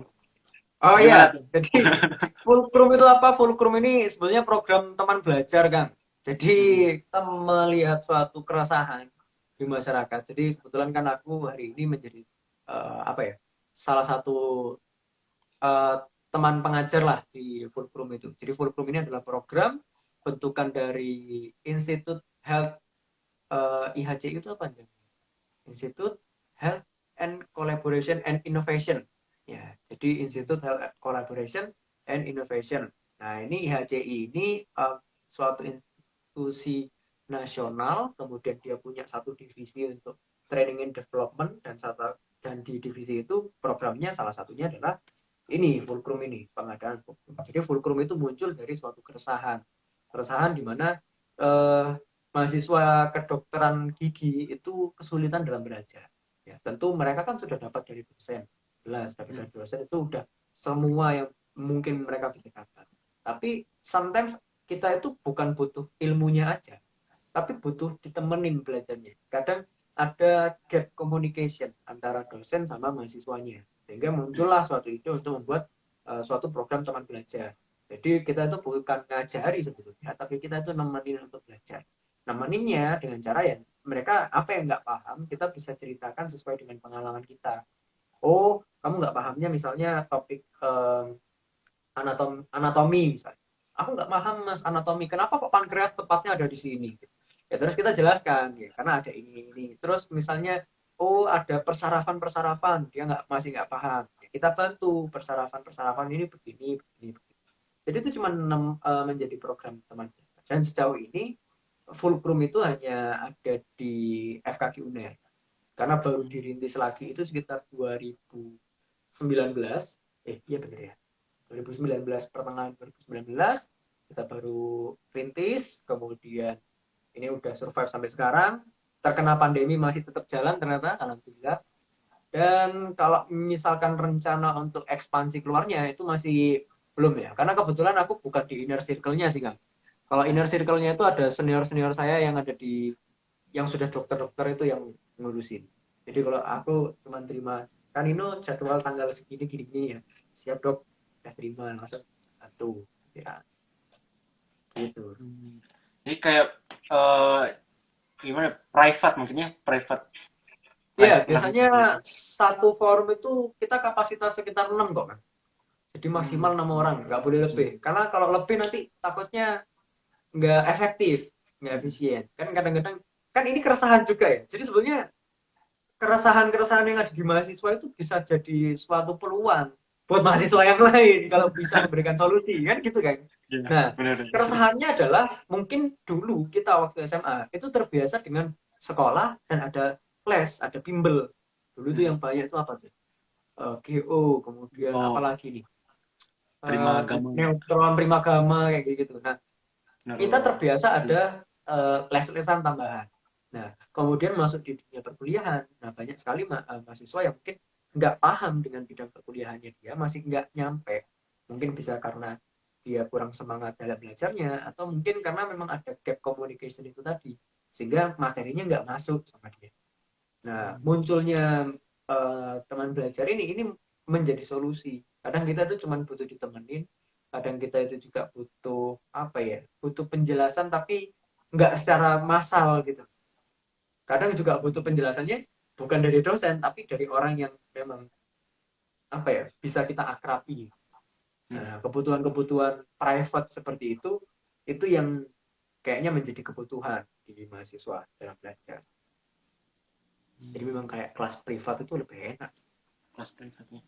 Kalau teknisnya kadang ya mekanisme buat daftar atau eh, berarti ada pembayaran juga atau kayak gimana tuh? Ada. Jadi semua nanti karena kita masih bukanya di untuk mahasiswa FKG UNER ya, belum Hmm. belum expand untuk universitas yang lain. Jadi mekanismenya pasti semua satu pintu lewat Instagramnya kita @fulcrum study. Kemudian nanti di situ ada linknya untuk dilinkkan ke official line officialnya kita. Nanti dari situ pasti akan diberikan penawaran. Jadi penawarannya itu sesuai dengan berapa kali pertemuan kita mau ambil. Ada kelas ini, ada kelas ini, kelas ini. Kemudian nanti materinya kita sesuaikan dengan materinya mereka, tapi yang kita buka aja. Jadi tidak semua mata kuliah kita buka, karena kita bukan Superman. Jadi kita juga buka sesuai dengan kapasitas yang kita mampu Kapasitas. aja gitu. Karena kalau kita memaksakan dengan kompetensi yang sebetulnya kita juga lagi belajar, ya kan jadi nggak eligible Maksimal. gitulah istilahnya gitu. Ya jadi nggak etis lah sebetulnya. Hmm. Jadi kita buka untuk bidang-bidang yang memang kita sudah cukup oke dengan sistemnya. Nah, nanti untuk pendaftarnya bisa daftar di situ, diberikan paketnya, nanti ada pembayaran. Pembayarannya kan pasti ini patungan, satu kelompok 6 orang. dan relatif cukup murah untuk bidang kedokteran gigi gitu. Jadi enak, mereka belajar bareng teman-teman yang mereka mau jadikan teman belajar. Kemudian nanti tutornya juga ada. Paling durasi kurang lebih sekitar 2 jam. Kalau misalkan ada tentiran seperti itu. Kita nyebutnya tentiran namanya. Di sekitar 2 jam, kelar, udah. Biasanya kita kasih kuis-kuis. Tanya jawab, mereka oke, nanti kita kasih feedback lagi ke mereka berupa PPT-nya, jadi bisa dikasih ke mereka. Soalnya kalau online kayak gini kita cuma bisa ngasih PPT kan. Kalau dulu offline kan kita ngumpul ya. Nah, ini lebih enak nih kalau offline tuh sebetulnya. Kita bisa milih tempat itu soalnya. Kita bisa milih tempat, mau belajar di kampus boleh, di perpus boleh, mau belajar di kafe juga boleh. Oke. Monggo. Ini pokok milih tempat. Enak kan, milih tempat. Kemudian milih temen sendiri. Kemudian pas belajar kan kita bisa ngelihat langsung yang kita tunjukin yang mana. Kalau ditunjukin gambarnya buka buku, blog. Kemudian waktu ketemu kan juga jadi komunikasinya lebih enak.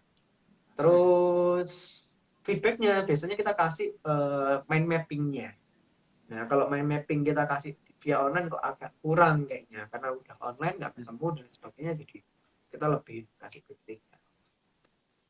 Dan cukup rame sih kemarin, kita sampai membatasi sebetulnya untuk pendaftaran karena sebetulnya tutornya belum banyak dan ini masih proses di manajemen itu, masih proses untuk next step-nya di semester selanjutnya ini gimana. Tapi yang jelas kemarin tuh banyak banget yang daftar karena memang ternyata menjadi kebutuhan. Jadi kayaknya selama itu menjadi kebutuhan orang pasti akan nyari sih. Ya, mungkin kita langsung ke penutup mungkin ya, karena udah Siap. waktu malam juga. Mungkin bisa ya sebut apa jelaskan, bukan jelaskan sih, lebih ke sebutkan lah. Ya motivasi atau harapan nih, pesan-pesan, pesan-pesan nih buat teman-teman yang nonton nih, yang masih setia nonton nih Yang sampai masih bisa jam nonton. setengah 10 ini. Oh Pesan-pesan nih iya, ini buat setengah 10 ya. Baru oh, salah. kerasa. Siap siap. Apa nih pesan-pesannya? Uh, Pesannya buat teman-teman semuanya yang mungkin di sini masih kuliah atau mungkin Kuliah masih online juga. ada di kuliah online juga kan, atau mungkin teman-teman yang masih di bangku SMA mau persiapan masuk kuliah ya, eh, tetap semangat. Ini masa pandemi ini adalah masa yang tidak mudah untuk kita semua, siapapun itu adalah masa yang tidak mudah, apalagi buat kita yang lagi belajar di rumah aja itu menjadi suatu apa ya, suatu tantangan tersendiri dalam hal menjaga kesehatan mental karena di rumah tok, kemudian dalam hal menjaga produktivitas ya. Yang penting begini teman-teman, selama teman-teman sekalian itu punya apa ya, punya goals yang teman-teman pengen kejar, teman-teman punya cita-cita, teman-teman pengen ini, pengen itu, pengen ini, pengen itu. Yang penting kalian melakukan apa yang harus kalian lakukan. Kenapa? Karena dunia nggak mau tahu. Kondisinya lagi pandemi, kita lagi kesusahan, ya dunia nggak mau tahu. Yang penting kalian bisa apa enggak. Kalau nggak bisa, tidak bisa mendapatkan apa yang kalian. Jadi melakukan apa yang harus dilakukan aja. Kalau memang aku mau jadi dokter spesialis, ya berarti yang harus dilakukan adalah belajar dan daftar dokter spesialis nantinya. Ya, itu adalah Itu hal pasti yang betul. harus dilakukan. Bukan berarti daftar tapi nggak belajar. Nah, itu sama aja. Ya, jadi melakukan apa yang harus dilakukan. Karena dunia juga tidak mau tahu sama kita lagi sehat apa enggak, kita lagi stres apa enggak. Dunia tidak mau tahu. Tetap waktu berjalan. Jadi pastikan waktu seperti ini itu kalian manfaatkan baik-baik ya, untuk mulai serius dengan uh, impian kita sendiri-sendiri. Ya. Kapan sih waktu yang paling tepat untuk mulai mengerjakan impian itu? Kalau misalkan teman-teman pengen jadi dokter, segera belajar. Kalau misalkan teman-teman pengen jadi apa namanya profesional di bidang bisnis, segeralah membuka bisnis. Nah, waktu yang terbaik itu ada dua, teman. Ya, dulu ya waktu zaman-zaman masih awal teman-teman masih bisa start dulu itu ya, kalau misalkan mulai bisnis mungkin 2015, 5 tahun yang lalu adalah waktu yang paling tepat teman-teman buka bisnis. Waktu yang kedua yang paling tepat adalah sekarang, sehingga nanti 5 tahun kemudian teman-teman sudah punya bisnis jalan. Kemudian teman-teman punya impian yang lebih jelas sekarang ya. Coba kalau dulu membuat impian yang lebih jelas, mungkin sekarang lebih jelas, tapi karena dulu nggak bikin, waktu yang paling tepat yang kedua adalah sekarang. Jadi tetap semangat. Memang situasi ini tidak gampang, tapi selama teman-teman punya tujuan dan impian, pasti dengan berdoa pun kalian akan dibantu untuk menemukan jalannya harus seperti apa. Ya, tetap semangat, jaga kesehatan, tetap menerapkan protokol kesehatan dimanapun teman-teman berada. Karena kadang-kadang protokol kesehatan itu bukan untuk diri kita sendiri, tapi untuk menolong orang lain yang ada di rumah. Oke, itu Kang Fauzan. Mantap juga kalau singnya. Biasa nih. Ya, makin keren aja nih, Kak Mas Wah, Canino. siap. Wah, siap. Siap. Ya, terima kasih ya. Makasih Thank you, Kang Fauzan. Thank you. Terima kasih banyak. udah nyempetin waktu. Ini bahkan yang kemarin itu sampai ya kesan teknis Iya, lah. ternyata hilang sinyal kemarin ini. Ya, karena ini juga sebenarnya bakalan di-upload di IGTV kita juga, jadi bisa Siap. ditonton berulang-ulang kayak gitu. Sehingga Siap. buat teman-teman yang nggak tahu dari awal atau setengah-setengah nontonnya atau bahkan nggak nonton sama sekali, itu bisa ditonton yang di IGTV-nya Cosmopolitanism kayak gitu. Nah, itu Ya. mungkin Videonya juga banyak kan, Kang? Nggak cuma video ini aja, tapi ada ya, video-video yang lain. Yang jelas ya, nggak hanya bahas FKG UNER aja, tapi ada betul. FK, ada prodi-prodi apa aja kemarin. Yang udah itu dari hukum kemarin Mm-mm. Kang Jaki itu sekarang malah jadi Mm-mm. presiden UNS tuh, presiden UNS. Wakil Presiden PEM, betul ya? Eh, awalnya wakil presiden, sekarang udah kepilih jadi presiden sekarang. Waduh, kok naik? Presiden. Mantap. Ngeri sekali. Terus Hmm. yang kedokteran juga ada, Hmm. terus dari ITB juga ada, Hmm. dari beberapa udah ini episode yang ke berapa ya? Lupa lagi. Wah, episode 8 berapa gitu ya. ini? 15 itu ya. Di Wah, Sebaran. banyak juga. Yang di Intinya berarti Sebaran. teman-teman kalau mau cari-cari informasi kampus tuh bisa cari di ini Instagramnya Cosmopolitan. Itu informasi Cosmopolitan. perkuliahan banyak rek gitu. Ya. Sekaligus kalau kepo-kepo teknik sipil, Waduh. informasinya ada di sana teman-teman. Ya, buat kalian yang lagi pengen bangun rumah atau merencanakan rumah masa depan, Mantap. bisa mulai dikepoin katalog-katalognya, ya, paket-paket dan sebagainya itu bisa teman-teman. Mantap. Ya, bisa di follow juga ya teman-teman kalau yang pengen bangun rumah atau hunian-hunian di @fauzan_. Ya, itu Instagramnya Ya. Kang Fauzan itu, Rek. Hmm. Tapi di sini juga sih di Cosmopolitanism juga ada. Jadi mungkin kurang lebih Cosmopolitanism ini terbentuk dari 3 core program gitu. Koin, Commerce, dan Sama Cosmoplex. sama Dan Cosmoplex. dan yang bagian bangunan rumah ini impian kita ke depan ya bisa bikin pemukiman yang di dalamnya itu para kosmopolitan kayak gitu. Wah, siap. Smart apa kemarin namanya? Ya, smart city, kemudian Oh iya, iya. sustainable areanya, kemudian juga secara Siap. ekonomi. Karena ya Ngeri, ngeri sekali. apa ekonomi kerakyatan, ekonomi secara komunitas itu justru lokal, itu justru seharusnya bisa dikembangkan. Apalagi di masa pandemi kayak gini, kita kan Hmm. makan udah ada brand-brand ini ya apa bangga dengan produk lokal tuh apa Betul. Mulai menggencarkan UMKM lokal. lokal bener. Karena ciri bangsa maju itu justru kita produktif gitu. Betul. Seperti itu ya. Hmm. Mungkin sekian ya teman-teman. Terima kasih sekali lagi terima kasih pada Mas Canino. Thank you. Terima kasih Thank you banyak. buat semuanya, buat para apa namanya para apa sih kalau lupa para yang nonton Viewer saat atau ini udah penonton. terima kasih juga udah sampai jam setengah Ya, 10 ini mau jam 10 juga. siap. Mohon maaf ya apabila kita selama diskusi ini banyak salah kata atau segala macam yang mungkin tidak sesuai ekspektasi teman-teman. Itu kalau ada yang mau ditanyakan lagi bisa langsung chat atau DM di IG-nya Mas Sanino, Sanino Oh at iya, itu saya saya. Sarandi. Ya, Siap. kita nanti juga dimasukin ke deskripsi. Kemudian tetap jaga kesehatan Betul. dan tetap berproduktif di masa pandemi ini. Itu Betul. mungkin sekian, terima kasih. Billahi taufiq wal hidayah. Wassalamualaikum warahmatullahi wabarakatuh. Thank you Mas ya. Waalaikumsalam. Terima kasih banyak Kang Fauzan. Thank you, thank you.